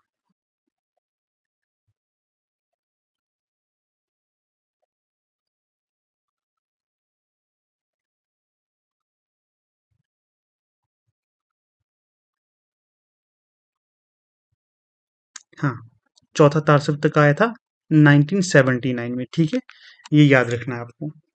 अगर पूछा जाएगा इसमें प्रमुख कवि कौन कौन थे? अवधेश कुमार, राजकुमार कुंभज, स्वदेश भारती, नंद किशोर आचार्य, सुमन राजे, श्री राम वर्मा, राजेंद्र किशोर। याद रखिए, एक प्रश्न आपको यहाँ से पूछा ही जाता है किसी भी परिस्थिति में, ठीक है। याद रखोगे तो भविष्य में आपको फल मिलेगा इसका, नहीं याद रखोगे तो 1 नंबर गवा दिया आपने। फिर अगला प्रश्न है हमारा 28, लाल पीला होना मुहावरे का क्या अर्थ होता है? तो लाल पीला होना मुहावरे का अर्थ होता है क्रोध करना। 28 का सही जो विकल्प हो जाएगा तो वो हो जाएगा आपका ए। फिर प्रश्न संख्या देखिएगा यहाँ पर 29, नहीं पराग नहीं मधुर मधु नहीं विकास इही काल, अली कली ही सौ बदियों आगे कौन हवाल। प्रस्तुत पंक्तियां किस कवि की होंगी? तो 29 में जो सही विकल्प हो जाएगा तो वो हो जाएगा आपका बी। ये पंक्तियां किसकी है? बिहारी दास की। थोड़ी सी यहाँ से कथा बता देता हूँ। प्रस्तुत पंक्तियां, हाँ पहले तो देखिए आपको याद रखना है, अब डिस्कस कर रहे हैं तो थोड़ा सा अच्छे से डिस्कस कर लेंगे तो ज्यादा बेहतर रहता है। जो रीतिकाल है ना आपके, कितने भागों में विभाजित है ये? रीतिकाल आपके 3 भागों में विभाजित है। एक हो गया रीतिबद्ध, एक हो गया रीति सिद्ध, एक हो गया रीति मुक्त। जो रीतिबद्ध में वो कवि आते हैं जो रीति से बंधे हुए होते हैं, ठीक है। रीति सिद्ध से वो कवि आते हैं जो रीति रीति की उनको काफी अच्छी नॉलेज होती है परंतु वो रीति से बंधे हुए नहीं होते हैं, ठीक है। और जो रीति मुक्त है इनका कुछ रीति से कुछ लेना देना ही नहीं, पूरी तरह से मुक्त हैं ये, ठीक है। तो इस तरह के हैं। रीतिबद्ध में जो आते हैं देव और चिंतामणि और भूषण, भूषण भी कई बार माने जाते हैं कई बार नहीं माने, वीर रस के माने जाते हैं वो, ठीक है। देव हो गए, चिंतामणि हो गए, केशवदास इत्यादि ये आते हैं रीतिबद्ध में। रीति सिद्ध में जो आते हैं वो आते हैं आपके बिहारी, ठीक है, बिहारी सेनापति इत्यादि। और रीति मुक्त में तो आपके घनानंद आलम बोधा ये आते हैं, ये याद रखने हैं आपने। तो बिहारी की कथा कुछ इस प्रकार से इस पद के अंतर्गत, दरअसल ऐसी स्थिति हो जाती है कि जो ये राजा जयसिंह के दरबार में रहते हैं, ये भी आपको याद रखना चाहिए। जो राजा जयसिंह अपनी पत्नी और सूरा में इतने अधिक व्यस्त हो जाते हैं कि उन्हें अपने राजपाट की कोई होशवास नहीं रहती है, उन्हें नहीं याद रहता कि उन्हें राजकाज भी देखना है, वो सुरा-सुंदरी में व्यस्त हो जाते हैं। इस स्थिति से घबराकर दरबारी एक दिन बिहारी दास को कहते हैं कि महाराज तो सुरा-सुंदरी में ही व्यस्त है, अब कुछ आप ही करिए। तो जो बिहारी आते हैं उनके दरबार में कहते हैं कि नहीं पराग, नहीं मधुर मधु, नहीं विकास, यही काला, अली कली ही सौं बधियो, आगे कौन हवाला। तो ये जो पंक्ति कह देते हैं तो इससे काफ़ी प्रभावित होते हैं राजा जयसिंह और इससे खुश होकर वो इन्हें एक देते हैं, ठीक है? कुछ स्थिति थी जिससे आपको याद रखना, भविष्य में पूछा जाएगा तो आप इसको ठीक कर लेंगे। प्रश्न संख्या है यहाँ पर 30। इसमें क्या पूछा गया है 30 में? तो पूछा गया है भूषण के काव्य का प्रधान रस कौन-सा है? अभी मैंने बताया किस रस के कवि थे ये? वीर रस के कवि, रीतिकाल के ही कवि हैं ये। अगला प्रश्न 31 इसमें पूछा गया है आपसे, खड़ी बोली हिंदी में लिखा गया प्रथम महाकाव्य कौन है? तो जो खड़ी बोली हिंदी में लिखा गया प्रथम महाकाव्य होगा तो वो होगा प्रिय प्रवास। किसकी रचना होगी प्रिय प्रवास? अयोध्या सिंह उपाध्याय हरिऔध की। हिंदी में लिखा गया खड़ी बोली का प्रथम महाकाव्य है ये। रामचरितमानस है भाई, बार बार तेरे को बंद तो कर दिया है। रामचरितमानस ये रामचरितमानस किसकी रचना है? तुलसीदास। साकेत किसकी रचना है? मैथिली चंद्र गुप्त। कामायनी किसकी रचना है? जयशंकर प्रसाद। ये सारे के सारे महाकाव्य माने जाते हैं। अगला है 32, इन सूचियों को सम्मिलित करते हुए सही विकल्प का चयन कीजिए। तो चलिए कर लेते हैं, जैसे कि मिला ही लेते हैं, जैसे जैसे क्या देखना, सीधे मिला लो। अलंकार किसका है? ऊपर बताया था आपको, भामा का। रस किसका है? भरत मुनि का। और रीति किसका है? बामन का। और ध्वनि किसका है? आनंदवर्धन का। तो ये हो गया यहाँ पर मिलान। तो देखिए अलंकार ए का 2 कहाँ पर है? विकल्प 2 और ए और सी में, ठीक है। रस 2 का 1, 2 का 1, 2 का 1, हाँ विकल्प ए ही ठीक होगा यहाँ पर, 32 का ए। ठीक है भाई जी, यही। फिर अगला प्रश्न देखिए 33, चित्रावली के रचयिता कौन है? तो जो चित्रावली लिखी गई है रचना, तो ये लिखी गई है आपकी उस्मान के द्वारा। विकल्प डी यहाँ पर सही हो जाएगा। फिर प्रश्न संख्या है यहाँ पर आपकी 34, मानसरोवर शीर्षक से किस लेखक की कहानियां प्रकाशित होती हैं? तो 34 में सही विकल्प हो जाएगा मुंशी प्रेमचंद की। अगला प्रश्न है 35, इस्तवार द ला लित्रेउतर एंदु ये हिंदुस्तानी किसका इतिहास ग्रंथ है? तो 35 में जो सही विकल्प हो जाएगा गार्सा द तासी, फ्रेंच भाषा में इसे लिखा गया है तासी के द्वारा। अगला प्रश्न देखिए 36, इसमें पूछा गया है रसीदी टिकट किसकी आत्मकथा है? पहले तो ध्यान रखना है जो रसीदी टिकट है ये आत्मकथा विधा की रचना है और ये अमृता प्रीतम की रचना हो जाएगी, अमृता प्रीतम की आत्मकथा। फिर प्रश्न संख्या 37, इसमें पूछा गया है, क्या पूछा गया है, निम्न में से किस कवि को हिंदी नवरत्न में स्थान नहीं दिया गया है? तो जो हिंदी नवरत्न में स्थान नहीं दिया गया है तो अमीर खुसरो को नहीं दिया गया है, बाकी तीनों को हिंदी नवरत्न में स्थान दिया गया है। आपसे ये भी प्रश्न पूछा जा सकता है कि हिंदी नवरत्न किसकी रचना है? तो ये जो रचना हो जाएगी मिश्र बंधुओं की। 37 का सही विकल्प डी हो जाएगा। अगला प्रश्न देखिए यहाँ पर 38, इसमें पूछा गया है भारत भारती का प्रकाशन वर्ष क्या है? तो जो भारत भारती का प्रकाशन वर्ष होगा 1912, बताया था आपको मैंने, 1912 ही है सही उत्तर। किसकी रचना है ये? तो ये हो जाएगी मैथिली शरण गुप्त की। अगला प्रश्न देखिए 39, इसमें आपसे पूछा गया है निम्न में से कौन सा काव्य ग्रंथ राम से संबंधित है? तो 39 में सही विकल्प हो जाएगा साकेत। जो साकेत है ये राम से संबंधित होगा, भगवान श्री राम से। और किसका ये किसकी रचना हो जाएगी? मैथिली शरण गुप्त की। प्रिय प्रवास किससे संबंधित है? प्रिय प्रवास संबंधित हो जाएगी भगवान श्री कृष्ण से। पद्मावत किससे संबंधित है? राजा रतन सेन से। और मृगावती मृगावती से संबंधित होगा। बस ये है पूरा। अगला प्रश्न है 40, इन लेखकों को कालक्रमानुसार आरोही क्रम में व्यवस्थित कीजिए। तो 40 का सही हो जाएगा सही विकल्प। देखिए यशपाल, प्रेमचंद, मोहन, राकेश और अज्ञे, सबसे बुजुर्ग जो इनमें थे तो वो थे मुंशी प्रेमचंद। विकल्प बी में ही ये थे, तो इस सही विकल्प यहाँ पर बी ही होना था आपका।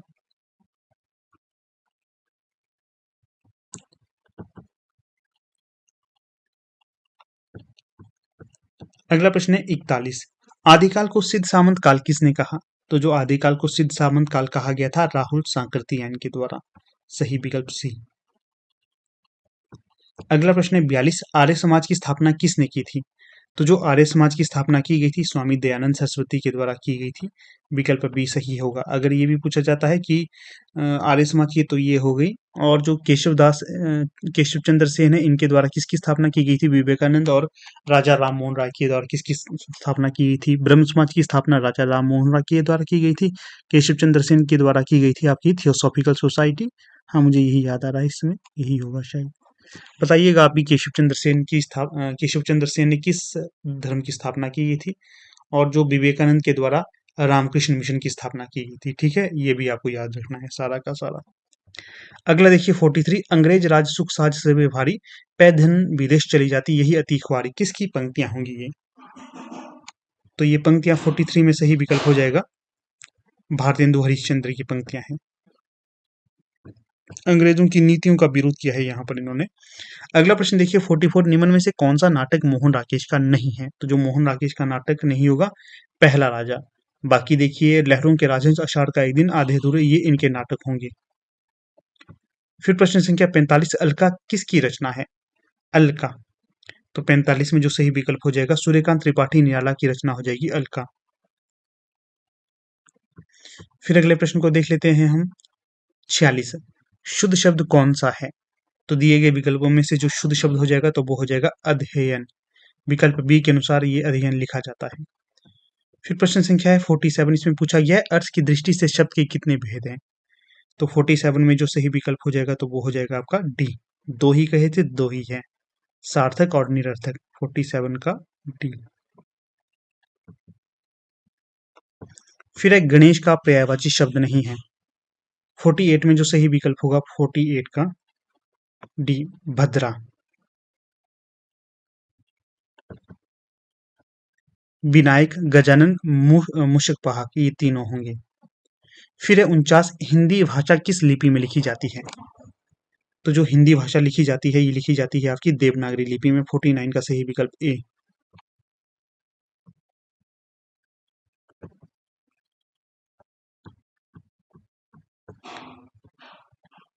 अगला प्रश्न है 50, क्लर्क को हिंदी भाषा में क्या कहा जाता है? तो जो क्लर्क को हिंदी भाषा में कहा जाता है, लिपिक। क्या? लिपिक। अगला है सरोज समिति किसकी रचना है? 50 का ए।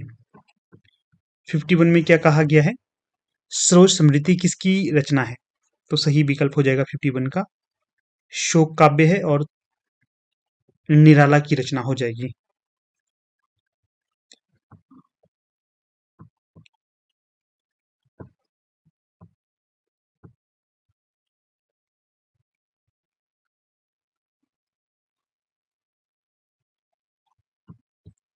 इसके पश्चात अगला प्रश्न देखिए, यहाँ पर प्रश्न संख्या अगला है 52।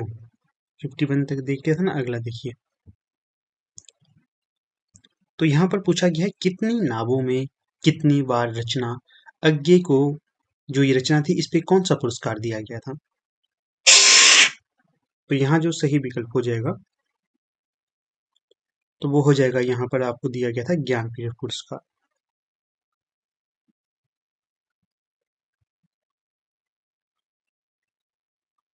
52 का बी।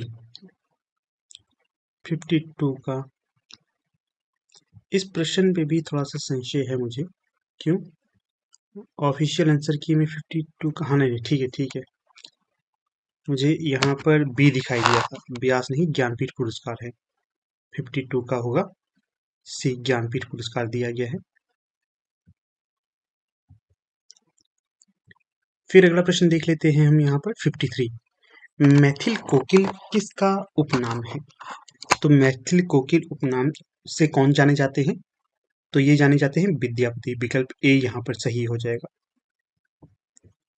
अगला प्रश्न देखिए 54, लक्ष्मीपुरा क्या है? तो जो लक्ष्मीपुरा है, ये क्या होगा? रिपोर्ताज होगा। 54 का सही विकल्प बी, रिपोर्ताज विधा की रचना है। अगला है हिंदी की प्रथम पत्रिका का क्या नाम है? तो जो हिंदी की प्रथम पत्रिका का नाम होगा, तो ये होगा उदंत मार्तंड। 55 का ए सही विकल्प होगा। फिर देखिए अगला प्रश्न है यहाँ पर 56, महेंद्र कुमारी किस लेखिका का उपनाम है? तो 56 में सही विकल्प मनु भंडारी का नाम होगा महेंद्र कुमार।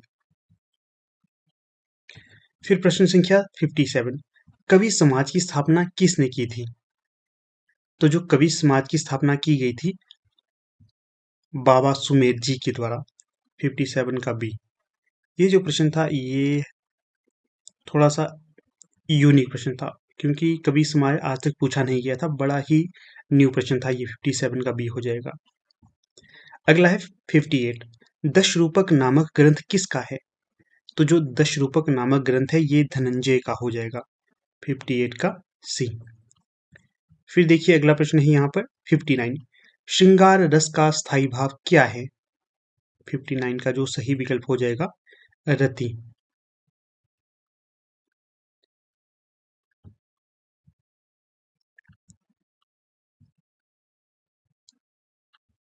फिर प्रश्न संख्या 60, चारु चंद्र की चंचल किरणें खेल रही हैं जलथल में।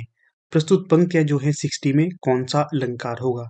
60, तो यहाँ पर अलंकार हो जाएगा अनुप्रास अलंकार। फिर है 61, ऐसा कौन सा छंद है जिसके प्रथम और तृतीय चरण में 13-13 मात्राएं और द्वितीय तथा चतुर्थ चरण में 11-11 मात्राएं होती हैं? तो 61 में हो जाएगा दोहा। फिर देखिए 62, इसमें पूछा गया है पेरीहुप्सुस ग्रंथ की रचना किसने की? तो जो ये ग्रंथ है ये रचा गया था लोंजाइनस के द्वारा। पेरीपोइटिकस किसके द्वारा रचित है? प्लेटो के द्वारा। क वर्ग का उच्चारण स्थान क्या है? तो जो क वर्ग का उच्चारण स्थान है ये कंठ होगा। 63 का ए। फिर प्रश्न संख्या 64 है, इसमें पूछा गया है भारतीय संविधान की 8वीं अनुसूची में कुल कितनी भाषाओं को स्थान दिया गया है? तो 64 का सही विकल्प डी 22। फिर अगला प्रश्न देखिएगा यहाँ पर, इसमें पूछा गया है 65 में कलाधर किसका उपनाम है? तो जो कलाधर उपनाम होगा जयशंकर प्रसाद का। सुंगनी साहू भी इन्हें कहा जाता है, ये भी ध्यान रखना है। फिर प्रश्न संख्या 66, छायावाद स्थूल के प्रति सूक्ष्म का विद्रोह है, ये किस आलोचक का कथन होगा? छायावाद सूक्ष्म के प्रति छायावाद स्थूल के प्रति सूक्ष्म का विद्रोह है, ये डॉक्टर नगेंद्र का कथन है। कई बार ये भी प्रश्न पूछा जाता है कि छायावाद अब स्थूल के प्रति सूक्ष्म का विद्रोह नहीं रहा, किसने कहा था ये? डॉक्टर रामविलास शर्मा के द्वारा ये कथन कहा गया था। अगला देखिए 67, इसमें पूछा गया है राम की शक्ति पूजा की कविता का प्रकाशन वर्ष कब का है? तो 67 का जो सही विकल्प होगा 1936। अगला प्रश्न देखिएगा यहाँ पर 68, मुक्त छंद का प्रवर्तक किसे माना जाता है? 68 में जो सही विकल्प हो जाएगा तो वो हो जाएगा निराला को। निराला का पूरा नाम था सूर्यकांत त्रिपाठी निराला। नागार्जुन का जन्म कब हुआ? 69 में जो सही विकल्प हो जाएगा तो वो हो जाएगा 1911। फिर है 70, नेता नहीं नागरिक चाहिए किसका निबंध है? तो 70 में जो सही विकल्प हो जाएगा रामधारी सिंह दिनकर का कथन होगा ये। फिर देखिए 71, प्रपद्यवाद को दूसरे किस नाम से जाना जाता है? ये मैंने पहले ही बताया था आपको। ये देखिए अगर आप टेट के लिए जो हमारे नॉर्मल लेक्चर रहते हैं उन्हें भी देखते हैं ना, तो उससे भी आपको काफ़ी मदद मिल जाती है। अगर अच्छे से तैयारी करनी है, अच्छे से आपको पूरा कवर करना होता है, तो उसके लिए आप हमारे कोर्स को ज्वाइन कर सकते हैं। बाकी नॉर्मल तैयारी करनी है, सेल्फ स्टडी करनी है, तो उसके लिए जो हमारे नोट्स आते हैं तो आप उन नोट्स को भी परचेज करिए, उससे भी आपकी अच्छी तैयारी हो जाएगी। 72, इसमें क्या पूछा गया है गजल किस भाषा का शब्द है? तो सही जो विकल्प हो जाएगा अरबी भाषा का शब्द होगा गजल।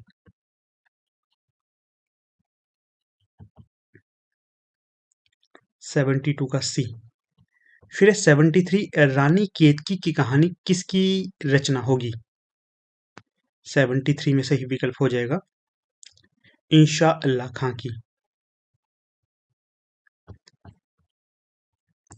फिर प्रश्न संख्या 74, ओम जय जगदीश हरे आरती किसने रची है? तो 74 का सही जो विकल्प हो जाएगा श्रद्धा राम फिलौरी। भाग्यवती नाम का इनका एक प्रथम उपन्यास भी माना जाता है, कई बार उसे हिंदी का प्रथम उपन्यास माना जाता है। फिर है रूपक के कितने भेद हैं? तो रूपक के 10 भेद हैं। फिर है आपका बंटी क्या है, किस विधा की रचना है आपका बंटी। तो जो आपका बंटी है ये है आपकी उपन्यास विधा की रचना। 76 का सही विकल्प होगा ए। अगला प्रश्न है नमक का दरोगा कहानी के कहानीकार कौन है। तो जो नमक का दरोगा है ये रचना हो जाएगी मुंशी प्रेमचंद की। अगला प्रश्न देखिए यहाँ पर है 78। अजगर करे न चाकरी पंछी करे न काम, दास मल्लुका कही गए सबको दाता राम। 78 में सही विकल्प कौन सा होगा। मल्लुकदास की पंक्ति है और आलसियों के लिए इन्होंने ये पंक्ति कही थी। क्या, अजगर करे न चाकरी पंछी करे न काम, दास मल्लुका कहे गए सबके दाता राम। इस तरह की पंक्तियां थी। तो आलस्य अपने जीवन में नहीं लाना है, ठीक है। 79, इसमें क्या पूछा गया है, गीतांजलि किसकी रचना है। तो जो गीतांजलि है ये है रविंद्रनाथ टैगोर या रविंद्रनाथ ठाकुर की रचना। गीतांजलि को कौन सा पुरस्कार 1913 में दिया था बताइएगा, बिल्कुल कमेंट करने हैं। जो जो प्रश्न पूछता हूँ ना कमेंट करिएगा, आपको लाभ मिलेगा। अगला है 80, इसमें क्या पूछा गया है, घासीराम कोतवाल नाटक के नाटककार कौन है। पहले तो आपने ध्यान रखना है घासीराम कोतवाल नाटक विधा की रचना है, इसके नाटककार कौन होंगे। तो ये हो जाएंगे विजय तेंदुलकर। 80 का सही विकल्प ए। फिर प्रश्न संख्या 81, विप्लव गायन कविता किसकी है। तो जो विप्लव गायन कविता है ये बालकृष्ण शर्मा नवीन की हो जाएगी। अगला देखिए 82, कथकली किस राज्य का लोकनाट्य है कथकली। तो 82 में जो सही विकल्प हो जाएगा तो वो होगा केरल। अगला देखिए 83, कुंजू चंचलो की प्रेम कथा हिमाचल प्रदेश के किस जिले में आज भी पूरी लगन से गाई और सुनी जाती है। कुंजू चंचलो, तो ये चंबा का होगा। 83 का डी, चंबा। फिर है नचिकेता कविता किस कवि की है। नचिकेता कविता 84 में कुंवर नारायण की ये कविता होगी नचिकेता। यम नचिकेता नाम सुना होगा ना आपने, वही है ये। फिर देखिए 85, केदारनाथ सिंह का जन्म कब हुआ। तो केदारनाथ सिंह का जो जन्म हुआ था तो ये हुआ था 1934 में। 85 का ए। फिर अगला प्रश्न है 86, केदारनाथ सिंह को अकाल में सारस काव्य संग्रह के लिए कौन सा पुरस्कार मिला। तो ये मिला था साहित्य अकादमी अकाल में सारस। बाघ नामक की लंबी कविता भी इन्हीं की है, ठीक है, बाघ। फिर देखिए 87, अज्ञे का पूरा नाम क्या है। 86 का क्या बताया मैंने आपको, सी। 87 का अज्ञे का पूरा नाम है सच्चिदानंद हीरानंद बादशाह अज्ञे। सही विकल्प हो जाएगा यहाँ पर सी। फिर देखिए 88, इसमें क्या पूछा है 88 में, कालिदास सच सच बतलाना इंदुमती के मृत्यु शोक पर अज रोया या तुम रोए थे। कालिदास सच सच बतलाना, तो ये किसकी पंक्तियां हैं 88 की, कालिदास नामक कविता की ये पंक्तियां होंगी। फिर अगला प्रश्न देखिए 89, साहित्य लहरी की रचना किसने की। तो जो साहित्य लहरी नामक रचना है ये महाकवि सूरदास की रचना होगी। सूर सागर साहित्य लहरी सुर सरावली ये इनकी रचना होगी और ब्रज भाषा में इन्होंने ये लिखी है।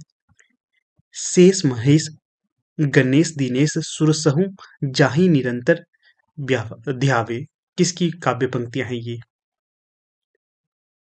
तो प्रस्तुत जो पंक्तियां हो जाएंगी आपकी रस खान जी की। किसकी, रस खान की। रस खान देखिए धर्म विशेष के होने के बावजूद ये कृष्ण भक्ति काव्यधारा के प्रमुख रचनाकारों में से एक माने जाते हैं, ये भी ध्यान रखना आपने। अगला जो प्रश्न है यहाँ पर 91, चंद्रयान किस सूफी कवि की रचना है। चंद्रयान, चंद्रयान नहीं होगा चंदायन, सुधार करिए चंदायन। 91 का होगा चंदायन और रचनाकार कौन है 91 में, मुल्ला दाऊद। चंदायन के रचनाकार मुल्ला दाऊद हैं। फिर है 92, पद्मावत किसकी रचना है। पद्मावत, तो मलिक मोहम्मद जायसी की रचना हो जाएगी पद्मावत। फिर है 93, हरिवंश राय बच्चन की रचना कौन सी है। तो जो हरिवंश राय बच्चन की रचना हो जाएगी मधुशाला, मधुबाला, मधुकलश। ये 3 रचना है इनकी, मधुशाला, मधुबाला, मधुकलश। फिर प्रश्न संख्या 94, कबीर द्वारा रचित ग्रंथ का क्या नाम है? वैसे तो कबीर जी द्वारा ये ग्रंथ नहीं रचा गया था, उनके शिष्य थे कौन? धर्मदास, उनके द्वारा इसे संग्रहित किया गया था। कबीरदास जी के बोल हैं ये। 94 का यहाँ पर सी सही विकल्प। अगला प्रश्न है 95, कविता हमारे परिपूर्ण क्षणों की वाणी है, किसने कहा? 95 में सही विकल्प ए, सुमित्रा नंदन पंत जी के द्वारा ये कथन कहा गया था। सुमित्रा नंदन पंत को प्रकृति का सुचेरा कवि भी कहा जाता है, चितेरा, सुचेरा इत्यादि। अगला है 96, इसमें पूछा गया तमस नामक उपन्यास किसके द्वारा लिखित है? तो जो तमस नामक उपन्यास है ये लिखा गया था विष्णु साहनी के द्वारा और ये सांप्रदायिकता पर आधारित है। अगला प्रश्न है 97, स्केच का हिंदी पर्याय क्या है? तो जो स्केच का हिंदी पर्याय है रेखा चित्र।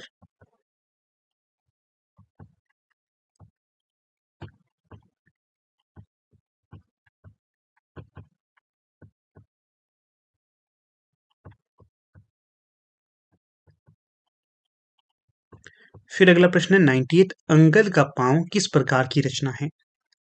तो जो अंगद का पांव है ये निबंध विधा की रचना है और श्रीलाल शुक्ल की रचना होगी, व्यंग्यात्मक रचना है ये। फिर देखिए अगला प्रश्न है यहाँ पर 99, झूठा सच उपन्यास के लेखक कौन हैं? तो जो झूठा सच उपन्यास है इसके लेखक कौन होंगे? तो ये हो जाएंगे यशपाल। ये देश विभाजन पर आधारित उपन्यास है, ठीक है, याद रखना है। अगला है मुख से निकली सार्थक ध्वनि को क्या कहा जाता है? तो मुख से निकली सार्थक ध्वनि को शब्द कहा जाता है। क्या कहा जाता है? शब्द। 100 का बी। अगला देखिए 101, आधुनिक युग की मीरा किसे कहा जाता है? तो आधुनिक युग की मीरा कहा जाता है आपकी महादेवी वर्मा को। 101 का सी। फिर 102, हीरामन तोता किस ग्रंथ का पात्र है? हीरामन तोता, रतन सेन, सिंहलदीप, पद्मावती और नागमती ये सारे पात्र होंगे अलाउद्दीन खिलजी। हाँ, ये सारे पात्र होंगे किसके? पद्मावत महाकाव्य के। पद्मावत मूवी देखी है आपने या नहीं? अगर नहीं देखी तो अवश्य देख लेना, यहाँ से आपको प्रश्न बनेंगे एक दो। अगला है 103, इसमें पूछा गया है सत्यवती कथा किसकी है? तो जो सत्यवती कथा है ईश्वर दास की होगी, विकल्प ए यहाँ पर सही होगा। फिर प्रश्न संख्या 104, निम्न में से कौन सा युग्म असत्य है? तो चलिए युग्म को मिला लेते हैं पहले हम। अज्ञेय की रचना कौन सी है? अज्ञेय कलगी बाजरे की, ठीक है। फिर पेन का कलर चेंज कर लेते हैं, ये वाला। मुक्तिबोध की रचना कौन सी है? बताइएगा।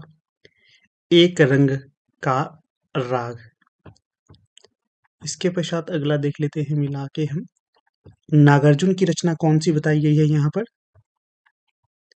अकाल और उसके बाद, ठीक है। और शमशेर की रचना कौन सी बताई गई है? शमशेर की, तो भाई साहब शमशेर जी की रचना बताइए। कालिदास। जो कालिदास सच बतलाना वाली कविता है ये, तो नागार्जुन की ये रचना होगी, शमशेर बहादुर सिंह की नहीं। इसलिए जो सही उत्तर होगा तो ये होगा शमशेर बहादुर सिंह। यहाँ पर असंगत कथन है, ये इनकी रचना नहीं होगी, ठीक है। तो 104 का सही विकल्प डी। अगला देखिए 105, काल के आरोही क्रम में व्यवस्थित कीजिए युग को। अगर आप देखते सबसे पहले भारतेंदु युग आता, फिर कौन सा? द्विवेदी युग, फिर छायावाद और सबसे अंत में प्रयोगवाद। 105 का जो सही विकल्प हो जाएगा वो होगा विकल्प ए। कर्सर कहाँ चला गया? कई बार दिखाई नहीं देता ये। अगला क्या है प्रश्न? 106, रीतिकाल को कलाकाल किसने कहा? तो जो रीतिकाल को कलाकाल कहा गया था डॉक्टर रमाशंकर शुक्ल रसाल के द्वारा। फिर 107, कौन सा कवि रीति मुक्त काव्यधारा से संबंधित नहीं है? 107 में तो जो रीति मुक्त, अभी मैंने ऊपर आपको सारा ग्रंथ सारा जो रेखा चित्र बनाकर बताया था ना, उसी हिसाब से डी कौन सा होगा ये बताइएगा। 108 सुख सागर तरंग किसकी रचना है? तो जो सुख सागर तरंग है ये कवि देव की रचना है। कवि देव किस परंपरा के कवि हैं? ठीक है, रीतिबद्ध, रीति सिद्ध, रीति मुक्त कौन कौन से? रसलीन, भिखारीदास और पद्माकर का भी बताना है आप लोगों ने। फिर प्रश्न संख्या है 109। इसमें क्या पूछा गया है? सही युग्म का चयन करना है। चलिए सही युग्म देख लेते हैं। भारत दूरदर्शा किसकी रचना होगी ये? भारत दूरदशा ये रचना हो जाएगी आपकी भारतेंदु हरिश्चंद्र की, और ये नाटक विधा की रचना है। ये भी मिला भी लेता हूं मैं। जिस रंग का शो हो रहा है वही इसकी विधा होगी। भारत दूरदशा नाटक विधा की रचना होगी। ठीक है, फिर आएगा आपका गोदान। क्या गोदान नाटक है? नहीं भाई साहब, नाटक नहीं है। ये होगा आपका उपन्यास, मुंशी प्रेमचंद का। अभी ऊपर देखा। फिर अगली रचना देखिएगा, इसको ले लेते हैं हम। हाँ जी, तोड़ती पत्थर किसकी रचना है? तोड़ती पत्थर निराला की, सूर्यकांत त्रिपाठी निराला की। तो ये है यहाँ पर सत्य युगम। फिर अगली, इसको मिला लेते हैं। पल्लव, पल्लव काव्य संग्रह है। ठीक है, कहानी नहीं है, इसलिए ये भी असंगत हो जाएगा। पल्लव को अगर हम इस तरह ले जाते तो भी असंगत नहीं था, ठीक था ये। ठीक है, तो जो सही विकल्प होगा वो होगा विकल्प सी, बाकी सारे असंगत होंगे। बिसलदेव रासो किसकी रचना है? बिसलदेव रासो। 110 का सही विकल्प क्या होगा? विकल्प बी, नरपति नाला। 110 का बी। कमेंट करके बताइएगा आप लोग। जो चंद की रचना कौन सी है?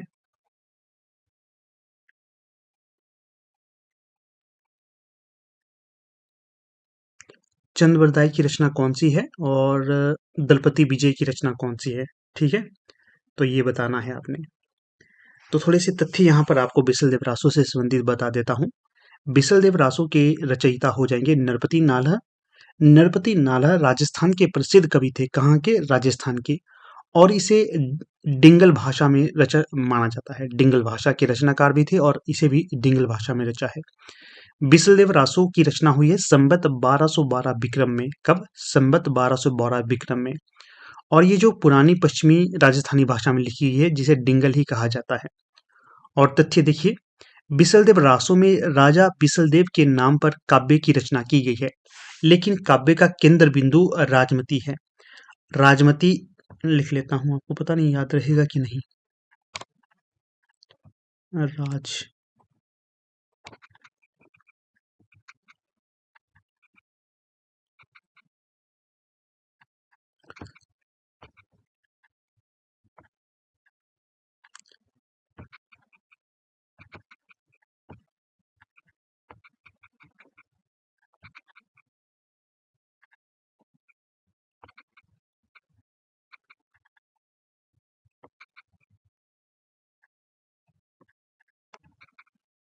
राजमती।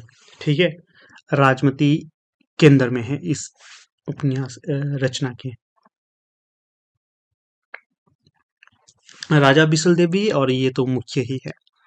इसमें भोज परमार की पुत्री राजमती और अजमेर के चौहान राजा बिसलदेव तृतीय के विवाह, वियोग, पुनर्मिलन की कहानी सरस शैली में प्रस्तुत की गई है। बिसलदेव रासों में इतिहास और कल्पना का योग है।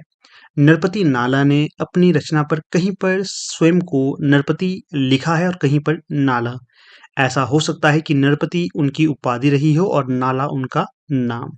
ठीक है, तो ये फैक्ट याद रखने हैं आपको। डायरेक्ट इनडायरेक्ट परीक्षा में पूछे जाएंगे। अगर याद होगा तो सही करोगे, नहीं तो मुश्किल होगी आपको। अगला है वापसी कहानी किसकी है? वापसी कहानी काफी बार ये पूछा गया है प्रश्न। तो जो वापसी कहानी होगी आपकी किसकी है बताइएगा। सही जो विकल्प होगा उषा प्रेमवदा। कब हुई वापसी? उषा में हुई वापसी आपकी। 111 का जो सही विकल्प हो जाएगा ए। ट्रिक बनाकर पढ़ा करिए, ज़्यादा बेहतर रहता है। फिर प्रश्न संख्या देखिए 112। केवल मनोरंजन ना कवि का कर्म होना चाहिए, उसमें उचित उपदेश का भी मर्म होना चाहिए। काव्य पंक्तियां किसकी हैं ये? प्रस्तुत काव्य पंक्तियां मैथिली शरण गुप्त की हैं। मैथिली शरण गुप्त ने यहाँ पर कवि कर्म के जो आवश्यकता है, कवि कर्म का जो उद्देश्य है, उसे बतलाया है। प्रश्न संख्या 113। कुंडलिया छंद में कितनी मात्राएं होती हैं? तो 113 का जो सही विकल्प हो जाएगा 24 मात्राएं। फिर प्रश्न संख्या 114। अंधा युग के रचनाकार कौन है? तो जो अंधा युग रचना है, इसके रचनाकार होंगे धर्मवीर भारती, और ये काव्य नाटक है और महाभारत के 18वें दिन पर आधारित है। फिर प्रश्न संख्या है, पुष्प की अभिलाषा नामक प्रसिद्ध कविता किसकी होगी? तो जो ये कविता है, ये माखनलाल चतुर्वेदी की होगी। कहाँ चला गया भाई? इसमें एक पुष्प की अभिलाषा को वर्णित किया गया है। कामायनी में कुल कितने सर्ग हैं? कामायनी में जो सर्गों की संख्या है 15। अगला है, कलम का सिपाही किसकी प्रसिद्ध किस लेखक की प्रसिद्ध जीवनी है? जीवनी विधा की रचना होगा ये। तो ये होगी मुंशी प्रेमचंद के जीवन पर आधारित। अगला प्रश्न देखिए 118। संदेश रासक किस काल की प्रसिद्ध रचना है? 118 का सही विकल्प संदेश रासक आदिकाल की रचना है, और किसकी रचना होगी? अब्दुल रहमान की। अगला प्रश्न देखिए 119। इसमें क्या पूछा गया है? आला और उदल नामक दो सरदारों की वीरता का वर्णन किस रचना में किया गया है? 119 का जो सही विकल्प हो जाएगा परमाल रासो।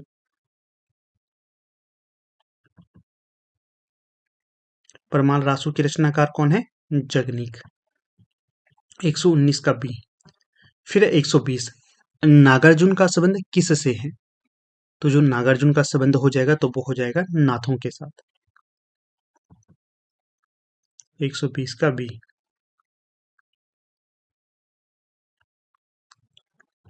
देखिएगा, यहाँ पर हमने हिंदी साहित्य के 120 प्रश्नों को डिस्कस किया, ठीक है। तो बिल्कुल भी मुश्किल नहीं थे ये। जो ध्यानपूर्वक देखता, जिन्होंने सेल्फ स्टडी की है या फिर कोचिंग ली है, उनके लिए तो 120 में से कुछ भी ऐसा नहीं था कि आप उनमें से गलत कर दें। हाँ, 2-4 प्रश्न हम अवश्य मान सकते थे कि जो काफ़ी हार्ड लेवल के। चलिए छोड़िए, 2-4 भी रहने दीजिए, 5 मान लीजिए। तब भी अगर ढंग से कोई देता तो 115 तो वो यहाँ से ही खींच लेता, ठीक है। कुछ एक हमारे बैच में ऐसे बच्चे हैं जिन्होंने 110, 115 तो इसी में ले लिए हैं, ठीक है। तो अच्छा है, अगर आप भी जुड़ना चाहते हैं जुड़ सकते हैं, और सेल्फ स्टडी करना चाहते हैं वो और भी बेहतर है। जैसा भी ठीक लगे करते रहिए, परंतु तैयारी करिए। क्योंकि अब आपके देखिए, कई बार आपको लगता है कि जो यहाँ पर हिमाचल प्रदेश में गेस्ट फैकल्टी पर टीचर रखे जाने हैं ना, इसका मतलब ये नहीं है कि वहाँ पर आपके टेट की आवश्यकता नहीं है। वहाँ पर आपको टेट की आवश्यकता है। क्यों? क्योंकि वहाँ पर लिया जाएगा कि आपकी क्वालिफिकेशन को देखकर, वहाँ पर आपकी क्वालिफिकेशन को देखा जाएगा, फिर लिया जाएगा। ऐसे ही बैकडोर भर्ती नहीं होगी। ऐसा नहीं होगा कि आपने मतलब मान लीजिए एमए करी है, बीएड करी है तो आपको ले लेंगे, नहीं। मेरिट देखी जाएगी वहाँ पर। बोल रहे सीएम साहब बोल रहे हैं कि मेरिट भी देखी जाएगी, और क्या-क्या योग्यताएं आपकी बेहतर है अन्यों से। क्या आपने कहीं पढ़ाया है, तो आपका एक्सपीरियंस सर्टिफिकेट होता है, जो एक्सपीरियंस, उसको भी यहाँ पर काउंट करेंगे। तो इसलिए आपने ध्यानपूर्वक अपने टैट की तरफ फोकस करना है, या अन्य की तैयारी कर रहे हैं तो उस पे फोकस करना है। आपने अब चुपचाप नहीं बैठना है। आप अब ये मत सोचना है कि गेस्ट फैकल्टी पर टीचर रखे जाएंगे तो अब टैट की आवश्यकता है। नो, आप गलत हैं अगर आप ऐसा सोच रहे हैं तो। टैट की परीक्षाएं आपकी होनी ही हैं, चाहे कुछ भी हो, तो ठीक है। टैट आपका आता रहेगा और आपने देना भी है। जब तक आप टैट पास नहीं करेंगे तो किसी भी स्थिति में आपको स्वीकार नहीं किया जाएगा। क्यों? आपसे बेहतर और बच्चे हैं, ठीक है ना। लोग गेस्ट फैकल्टी के लिए भी पूरी तरह से तैयार है। अगर कोई गेस्ट फैकल्टी आ रही तो 10 लोग खड़े हैं, आप मत लीजिए, अन्य 10 लोग लेंगे, ठीक है। तो कैसी भी परिस्थिति क्यों ना आए, आप अपने स्टडी को करते रहिए पुरजोर तरीके से, रुकना नहीं है। गलत जो चीज़ है ना, अगर गलत है तो उसका तो विरोध करना ही है, परंतु परिस्थितियाँ अगर ऐसी हो कि वहाँ पर आपको कमीशन ही नहीं आने दिया जाएगा तो क्या करोगे आप? ठीक है ना? तो आप कुछ नहीं कर सकते, जैसी परिस्थिति होगी सामना करना पड़ेगा आपको। पर टैट को तो आना ये कन्फर्म है कि नेक्स्ट टैट भी आएगा ही आएगा। टैट के लिए तन मन धन से पढ़ते रहिए।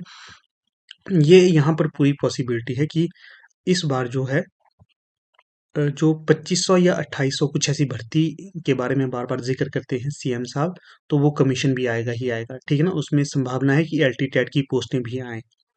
तो आप अब हाथ में हाथ धर के मत बैठना, कमीशन की भी तैयारी करते रहें और अन्य जो ये बोल रहे हैं कि गेस्ट फैकल्टी पे इन्होंने वैकेंसी देनी है, अगर वो पॉसिबल हो गया कि आ जाए और आपको मौका मिल रहा हो उसको ज्वाइन करने का, तो मेरे ख्याल से ज्वाइन कर लेना, क्योंकि कहीं पर रहकर अगर आप संस्थान में जुड़कर तैयारी कर रहे हैं और करवा रहे हैं तो बहुत अच्छा रहता है। आपकी तैयारी भी हो जाएगी और एक तरह से आपको एक्सपीरियंस भी मिलता जाएगा। बाकी आपके अपने रुझान है, जो आपको अच्छा लगता है। नहीं पढ़ाना है तो आप अपने हिसाब से चल सकते हैं।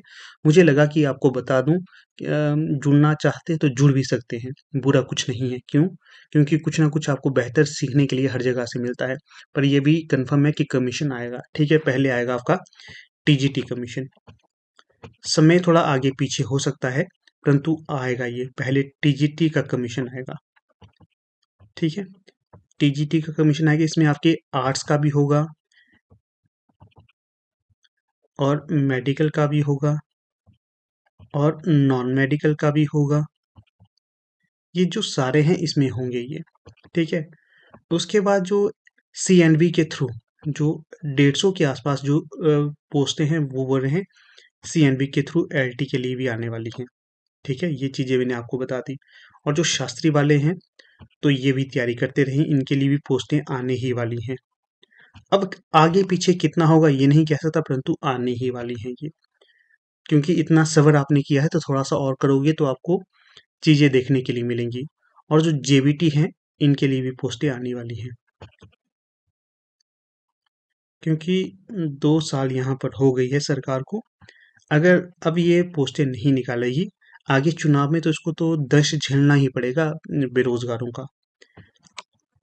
एक रिपोर्ट देख रहा था मैं, तो बेरोजगारी की जो संख्या में जो एक तरह से पूरे पॉपुलेशन का एक आंकड़ा निकाल कर वो निकाला जाता है ना, तो उसमें जो फर्स्ट नंबर पे कौन सा राज्य था? हिमाचल प्रदेश, ठीक है? देखिए फर्स्ट नंबर पे पहुंच गया हिमाचल प्रदेश। कहाँ? तो पहले हिमाचल प्रदेश बहुत ही एक तरह से अमीर राज्यों में गिना जाता था, परंतु कुछ ऐसी स्थिति वर्तमान में हिमाचल प्रदेश की होगी कि यहाँ पर तो जो सरकारी कर्मचारी है उनको पेंशन देने के लिए भी पैसे नहीं थे, उनकी सैलरी देने के लिए भी पैसे नहीं थे, ठीक है ना? ऐसी-ऐसी स्थितियाँ आ जाती है कई बार, तो अपने आप को भी लगता है कि यार कहाँ हमारा राज्य था पहले और कहाँ अब इसे पहुँचा दिया गया है, ठीक है? चलिए खैर कोई बात नहीं, हमारा जो रोल रहता है पढ़ना है, ठीक है? अपने आप से हमने कॉम्पिटिशन करना है और दूसरी बातों में भी हमारा थोड़ा-सा ध्यान होना चाहिए, परंतु अधिक ध्यान हमारा कहाँ होना चाहिए? पढ़ाई में, क्योंकि पढ़ाई हमें वो स्थान दे सकती है जिसकी हमें इच्छा है। दूसरी चीज़ों में इन्वॉल्व होंगे तो थोड़ा-सा हम भटक भी सकते हैं। पढ़ाई पे ज़्यादा फ़ोकस करेंगे तो यही हमारे लिए महत्वपूर्ण होगी चीज़ें, ठीक है? तो कुछ ज़्यादा लेक्चर मैंने यहाँ पर दे दिए, खैर चलो कोई बात नहीं। 120 हमने यहाँ पर हिंदी साहित्य के प्रश्न देख लिए हैं, अब देख लेंगे हम यहाँ पर अपने जीके वाले सेक्शन को। हर एक चीज़ का आपको पता होना चाहिए, ठीक है? सिर्फ़ कुछ एक चीज़ें ही आपको पता नहीं होनी चाहिए।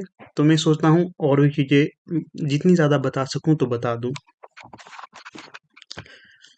अगला प्रश्न है यहाँ पर, ओ भाई यहाँ पर जीके सेक्शन के अंतर्गत भारतीय मिलिट्री अकादमी आईएमए इंडियन मिलिट्री एकेडमी कहाँ पर स्थित है? तो जो इंडियन मिलिट्री एकेडमी है ये होगी आपकी देहरादून में। 121 का सही विकल्प सी। फिर विश्व की सबसे बड़ी मीठे पानी की झील कहाँ पर है? 122 का ए लेक सुपीरियर।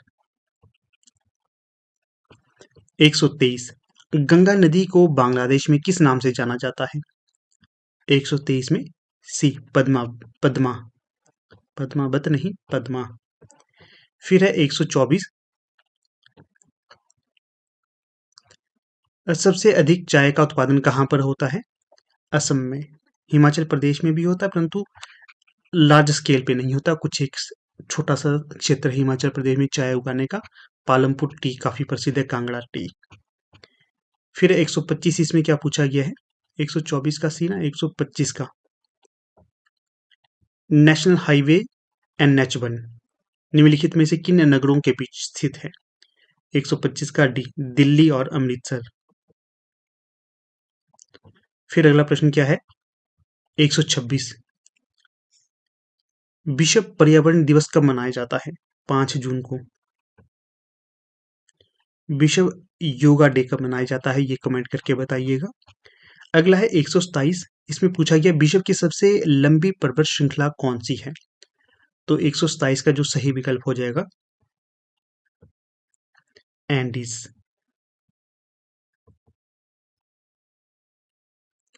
फिर 128, इसमें क्या पूछा गया है? संविधान सभा का पहला अधिवेशन कब प्रारंभ हुआ था? 128 में डी, 9 दिसंबर 1946। फिर 129, इसमें क्या पूछा गया है? गांधी जी का दांडी मार्च निम्नलिखित में से किस आंदोलन से संबंधित था? तो 129 का होगा सविनय अवज्ञा आंदोलन। 129 का ए।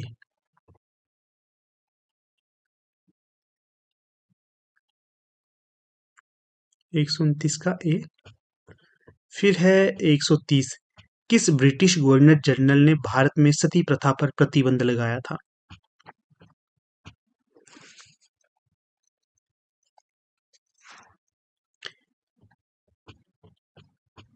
तो 130 का जो सही विकल्प हो जाएगा लॉर्ड विलियम बेंटिंग के द्वारा।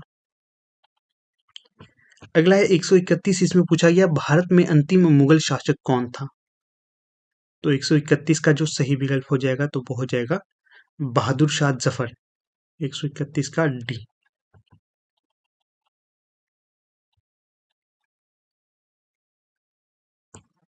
अगला प्रश्न देखिए 132, गुरु नानक देव जी का जन्म कब हुआ था? ये तो हिंदी वालों के लिए एक बोनस प्रश्न था। कहाँ पर हुआ था? पाकिस्तान के रावलपिंडी के तलवंडी साहिब में। 132 का सी। फिर है 133, सिंधु सभ्यता का प्रमुख स्थल हड़प्पा किस नदी के तट पर स्थित था? 133 में रावी। फिर 134, बिहू किस राज्य का प्रसिद्ध लोक नृत्य है? बिहू कहाँ का प्रसिद्ध है? असम। असम के वर्तमान में मुख्यमंत्री कौन है तो बताइएगा। 2024 की बात कर रहा हूं मैं।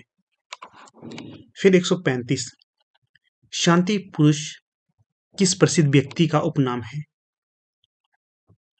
लाल बहादुर शास्त्री का।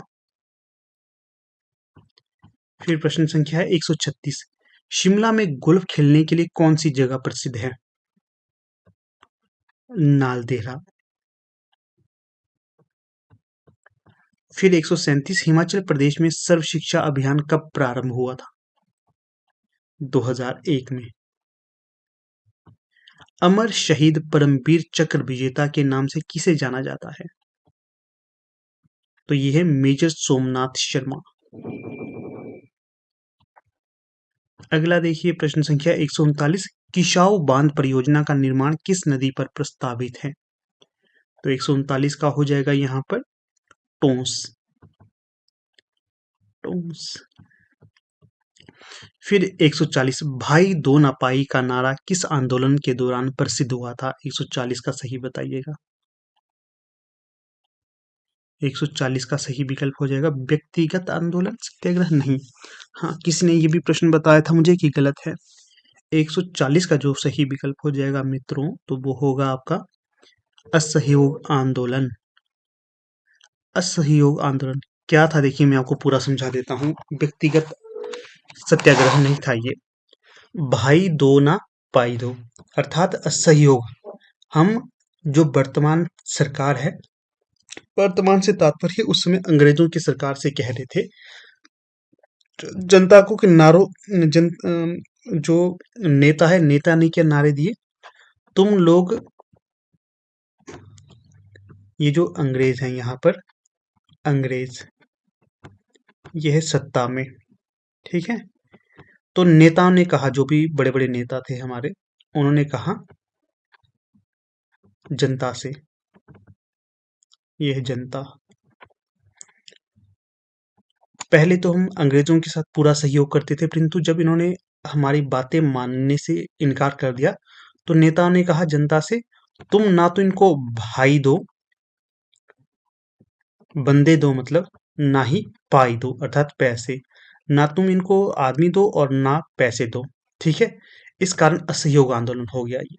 तो व्यक्तिगत सत्याग्रह तो नहीं होगा, पूरी तरह से कट ऑफ कर लिया हमने अंग्रेजों से, ये था इसका तात्पर्य।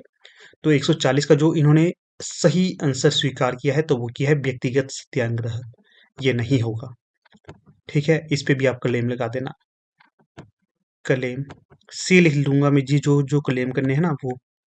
अगर आपके पास इसके सोर्सेज नहीं है तो मुझे व्हाट्सएप कर देना, मैं आपको दे दूंगा। क्लेम करना है इस पे भी, तो मैंने ये कर दिया।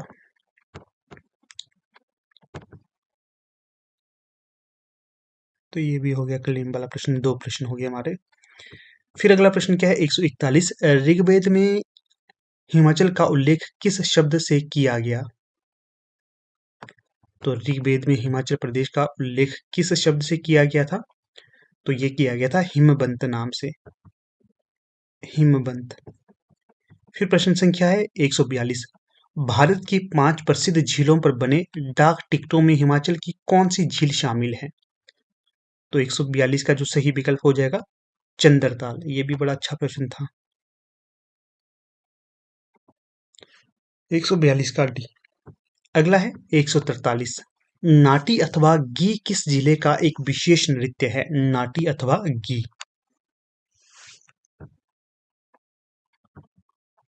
तो ये कहाँ की है मित्रों? तो ये हो जाएगा आपका सिरमौर। फिर है 144, हिमाचल प्रदेश का कौन सा जिला नमक की खान के लिए प्रसिद्ध है? गुमा और द्रंग में होती है नमक की खानें, ठीक है। कहाँ पर है ये? मंडी। अगला प्रश्न है 145, अगर गुम्मा और द्रंग से कोई वीडियो देख रहा हो तो अवश्य यस करना आप लोग। देखते हैं कितने लोग वहां से हमारी वीडियो देखते हैं। 145, तो इसमें है चुराह तहसील हिमाचल प्रदेश के किस जिले में स्थित है? चुराह, तो ये है आपके चंबा। चंबा वाले भी अपनी हाजिरी लगा लेना। अगला प्रश्न देखिए 146, अलौकिक हिमाचल प्रदेश किस किस लेखक के द्वारा लिखी गई है? अलौकिक, द वंडरलैंड। तो 146 का जो सही विकल्प हो जाएगा सी, जगमोहन ब्लोखरा की हो जाएगी द वंडरलैंड या अलौकिक हिमाचल प्रदेश। फिर प्रश्न संख्या 147, हिमाचल प्रदेश के प्रथम राज्यपाल कौन थे? तो 147 का जो सही विकल्प हो जाएगा एस चक्रवर्ती, प्रथम राज्यपाल। 147 का ए। फिर है 148, पूर्व मुख्यमंत्री स्वर्गीय श्री राजा वीरभद्र सिंह का जन्म कब हुआ था? तो ये हुआ था 23 जून 1934 को। 148 का बी। 149, हिमाचल प्रदेश में प्रथम विधानसभा किस वर्ष अस्तित्व में आई? तो 149 का जो सही विकल्प हो जाएगा 1952 में। फिर है 150, मलाना गांव हिमाचल प्रदेश के किस जिले में स्थित है? 150 में जो सही विकल्प हो जाएगा डी, कुल्लू। अगर कुल्लू के मलाना गांव से भी कोई वीडियो देख रहा है तो वो भी हाजिरी लगा लेना, ठीक है। या फिर उसके आसपास कोई हो, चौकी से, जरी से देख रहा हो तो अवश्य हाजिरी लगा देना। तो फिलहाल देखिए हमने यहाँ पर 150 प्रश्नों को डिस्कस किया, ठीक है। ये कोई भी परीक्षा हो आपकी आगामी हिंदी साहित्य से संबंधित, तो वहाँ पर काफ़ी महत्वपूर्ण आपके लिए ये होने वाले हैं सारे के सारे प्रश्न। तो आप इनको अपनी कॉपी पे भी नोट कर सकते हो अगर आपको नहीं आते हैं। अगर आते हैं तो चाहे आप स्किप कर देना, ठीक है। अगर नहीं आते हैं तो यहाँ पर आप देख सकते हो हमारी टीम के द्वारा LT TET DSSB TGT PGT Hindi इत्यादि के लिए व्हाट्सएप ग्रुप बनाया गया है। ये पेड व्हाट्सएप ग्रुप है। वन टाइम आपको पेमेंट करनी है और आपको लगातार यहाँ पर स्टडी मैटर मिलता रहेगा। हर दिन यहाँ पर आपको स्टडी मैटर मिलेगा पीडीएफ के तौर पर। जैसे इम्पॉर्टेंट पीडीएफ होती है, इम्पॉर्टेंट पुस्तकें होती हैं, हिंदी साहित्य मिलेगा, यहाँ पर आपको जीके मिलेगा, करंट अफेयर मिलेगा। जो भी हिंदी साहित्य की परीक्षा को क्रैक करने के लिए ज़रूरी है वो सारी चीज़ें यहाँ पर मिलेगी आपको। ठीक है ना। तो ध्यान में रखकर आप इसमें इस जो व्हाट्सएप ग्रुप में एनरोलमेंट ले सकते हैं। यहाँ पर आपको देखिए करंट अफेयर मिलता है, जो डेली न्यूज़पेपर की जो कटिंग होती है वो यहाँ पर आपको दी जाती है। इसकी जो चार्जेस हैं बहुत ही नॉमिनल रखे गए हैं, 199 एक बार आपने पेमेंट करनी है, उसके बाद आपको ज़रूरत नहीं है इसकी पेमेंट करने की। तो काफ़ी अच्छा प्लेटफॉर्म है ये भी आपको तैयारी करने के लिए। यहाँ पर आपको जैसे पेड कोर्स वाला मैटर तो नहीं मिलेगा, परंतु बहुत ही कम फीस में यहाँ पर आपको सारी पीडीएफ इंपॉर्टेंट जो भी होती हैं वो आपको यहाँ पर सेंड की जाएगी। हर एक दिन जो लेक्चर मिलता है उसका पीडीएफ भी यहाँ पर आपको सेंड कर दिया जाएगा। और जो इंपॉर्टेंट वीडियोज़ रहती हैं, अगर आप लोग तैयारी कर रहे हैं ना एलटी टेट की, इसके लिए भी हम आपको यहाँ पर डेली लेक्चर देते हैं। तो उसका भी लाभ उठा सकते हो और जुड़ सकते हो और अच्छे से अपनी तैयारी कर सकते हो। इसी के साथ यहाँ पर देखिए आप हमारे हार्ड कॉपी नोट्स भी अपने घर मंगवा सकते हो। ये जो हार्ड कॉपी नोट्स हैं काफ़ी महत्वपूर्ण और इम्पॉर्टेंट साबित हो चुके हैं, क्योंकि जो अधिकतर बच्चे थे एलटी टैट की तैयारी कर रहे थे, उन्होंने इसे इस तरीके से पढ़ा और उनके सभी के बच्चों के टैट क्लियर हो चुके हैं। यहाँ पर आपको 1500 प्लस मोस्ट एक्सपेक्टेड क्वेश्चन रखे गए हैं हार्ड कॉपी नोट्स पे। अगर मंगवाते हो तो आपके घर पहुँच जाएंगे। एक बार 2-3 बार रिवाइज कर लोगे तो काफ़ी सारे संशय आपके दूर हो जाएंगे और काफ़ी आप प्रिपेयर हो जाओगे परीक्षा के लिए। ठीक है। अगर मंगवाने हैं तो यहाँ पर देखिए नंबर दिया गया है, व्हाट्सएप है, व्हाट्सएप के माध्यम से आप इन्हें मंगवा सकते हैं अपने घर में। यहाँ पर कॉल की सुविधा नहीं है, सिर्फ आप व्हाट्सएप कर सकते हो। व्हाट्सएप के माध्यम से ये चीज़ें आपको प्रोवाइड हो जाएंगी। ठीक है। तो चलिए